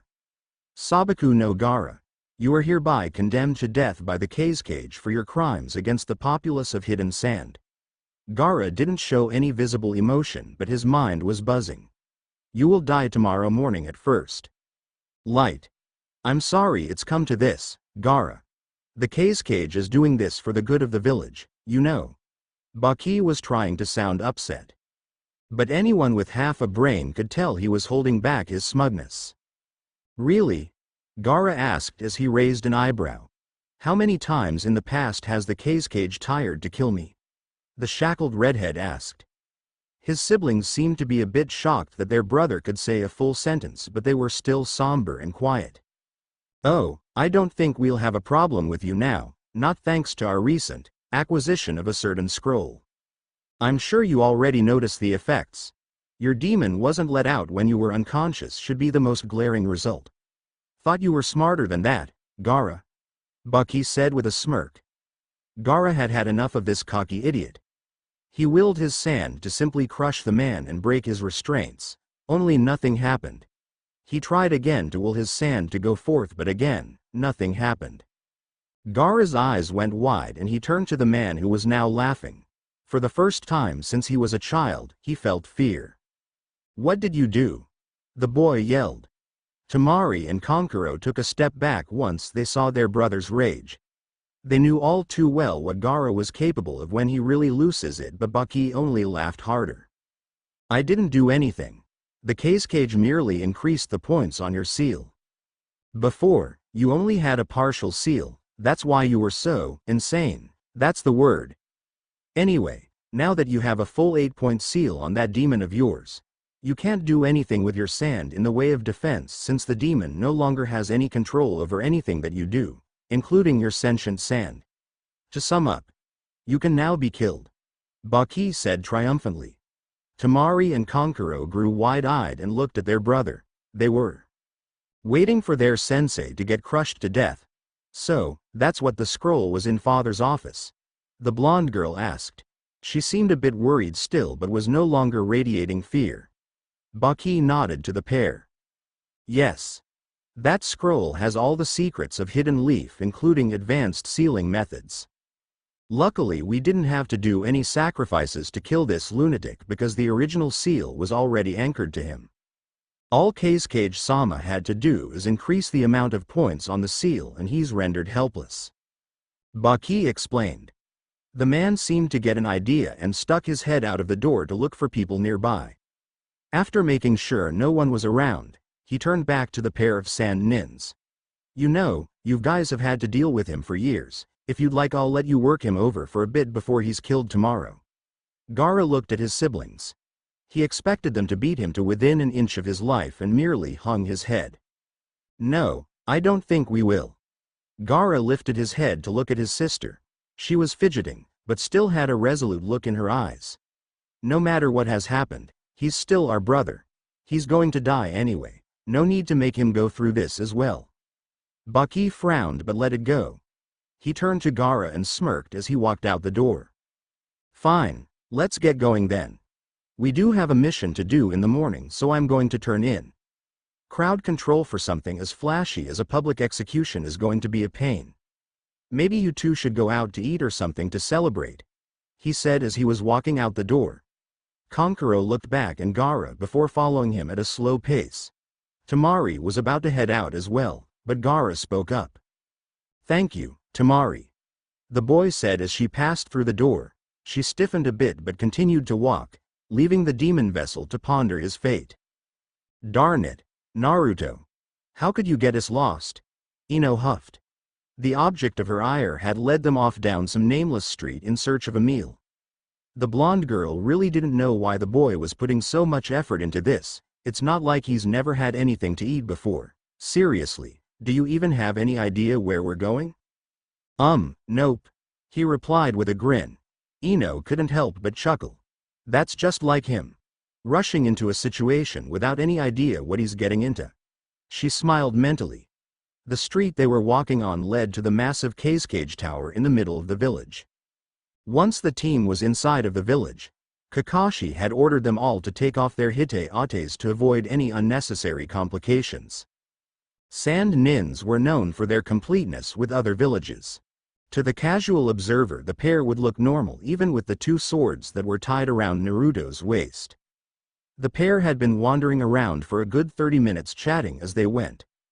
The blonde boy was so wrapped up in his conversation that he did not even see the other boy who he was about to run into until it was too late.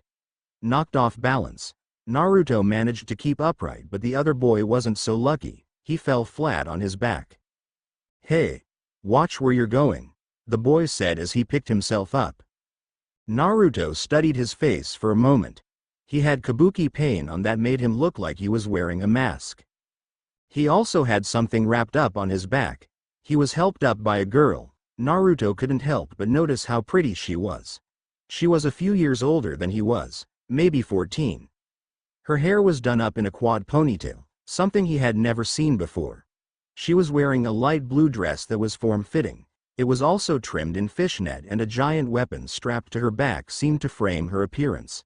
Ino looked over at her companion's glazed-over expression and frowned. I don't believe this, he's practically drooling over her, jerk. He's out with me and he's doing something like that. Wait, did I just say he was out with me? Hell no. This is just a bet thing. Mentally confirming this to herself, Ino nodded her head. Still, even if it's just a bet, he shouldn't be undressing her with his eyes. Whoa, sorry about that, Naruto said once he tore his gaze away from the girl. He scratched the back of his head and hoped the twilight would cover up his faint blush. Wow, she's something else. Wonder if this guy is her boyfriend? No, I'm out with Ino-chan. I can't be thinking about other girls. Bad Naruto. Guess I should watch out. For where I'm going, huh? He asked with a grin. The other boy dusted himself off but didn't look too mad. Yeah, me too. Sorry about that, he said. The pair didn't seem too upset over the run-in, but they didn't seem very happy either. Naruto couldn't help but frown at the girl's sullen look. You guys okay? You look really down, he asked. The fan-wielding blonde met the boy's gaze but clenched her eyes shut. We've just had a bad day. Actually, we should get going, we're off to dinner. See you guys around, she said as she walked away from the group. The guy with face paint sighed and followed, but Naruto ran to catch up with them. You know, we were just going to get dinner ourselves, can we join you? We really don't know the place all that well, you know? It'll be my treat, he asked. The sandy blonde looked at him with a confused face, then looked to the other boy as if she was asking for his opinion. When he shrugged, she nodded her head and gave him a little smile. Yeah, we could use the company, she said. Naruto flashed a foxy smile before following the sandy blonde off, leaving a grateful face-painted boy and quietly fuming Ino to follow. You know, I like this chapter. It may not be that long, but it is one of the more important ones for the story. I really like a Temuera x Inox Naruto love triangle. I think I've found the rhythm for this story, so expect more updates. Next time on Bushido no Jutsu, Temari and Kankuro sit in for dinner. I'm sure Ino will like that. There will also be another surprise, but I'll keep that a secret. See you next time.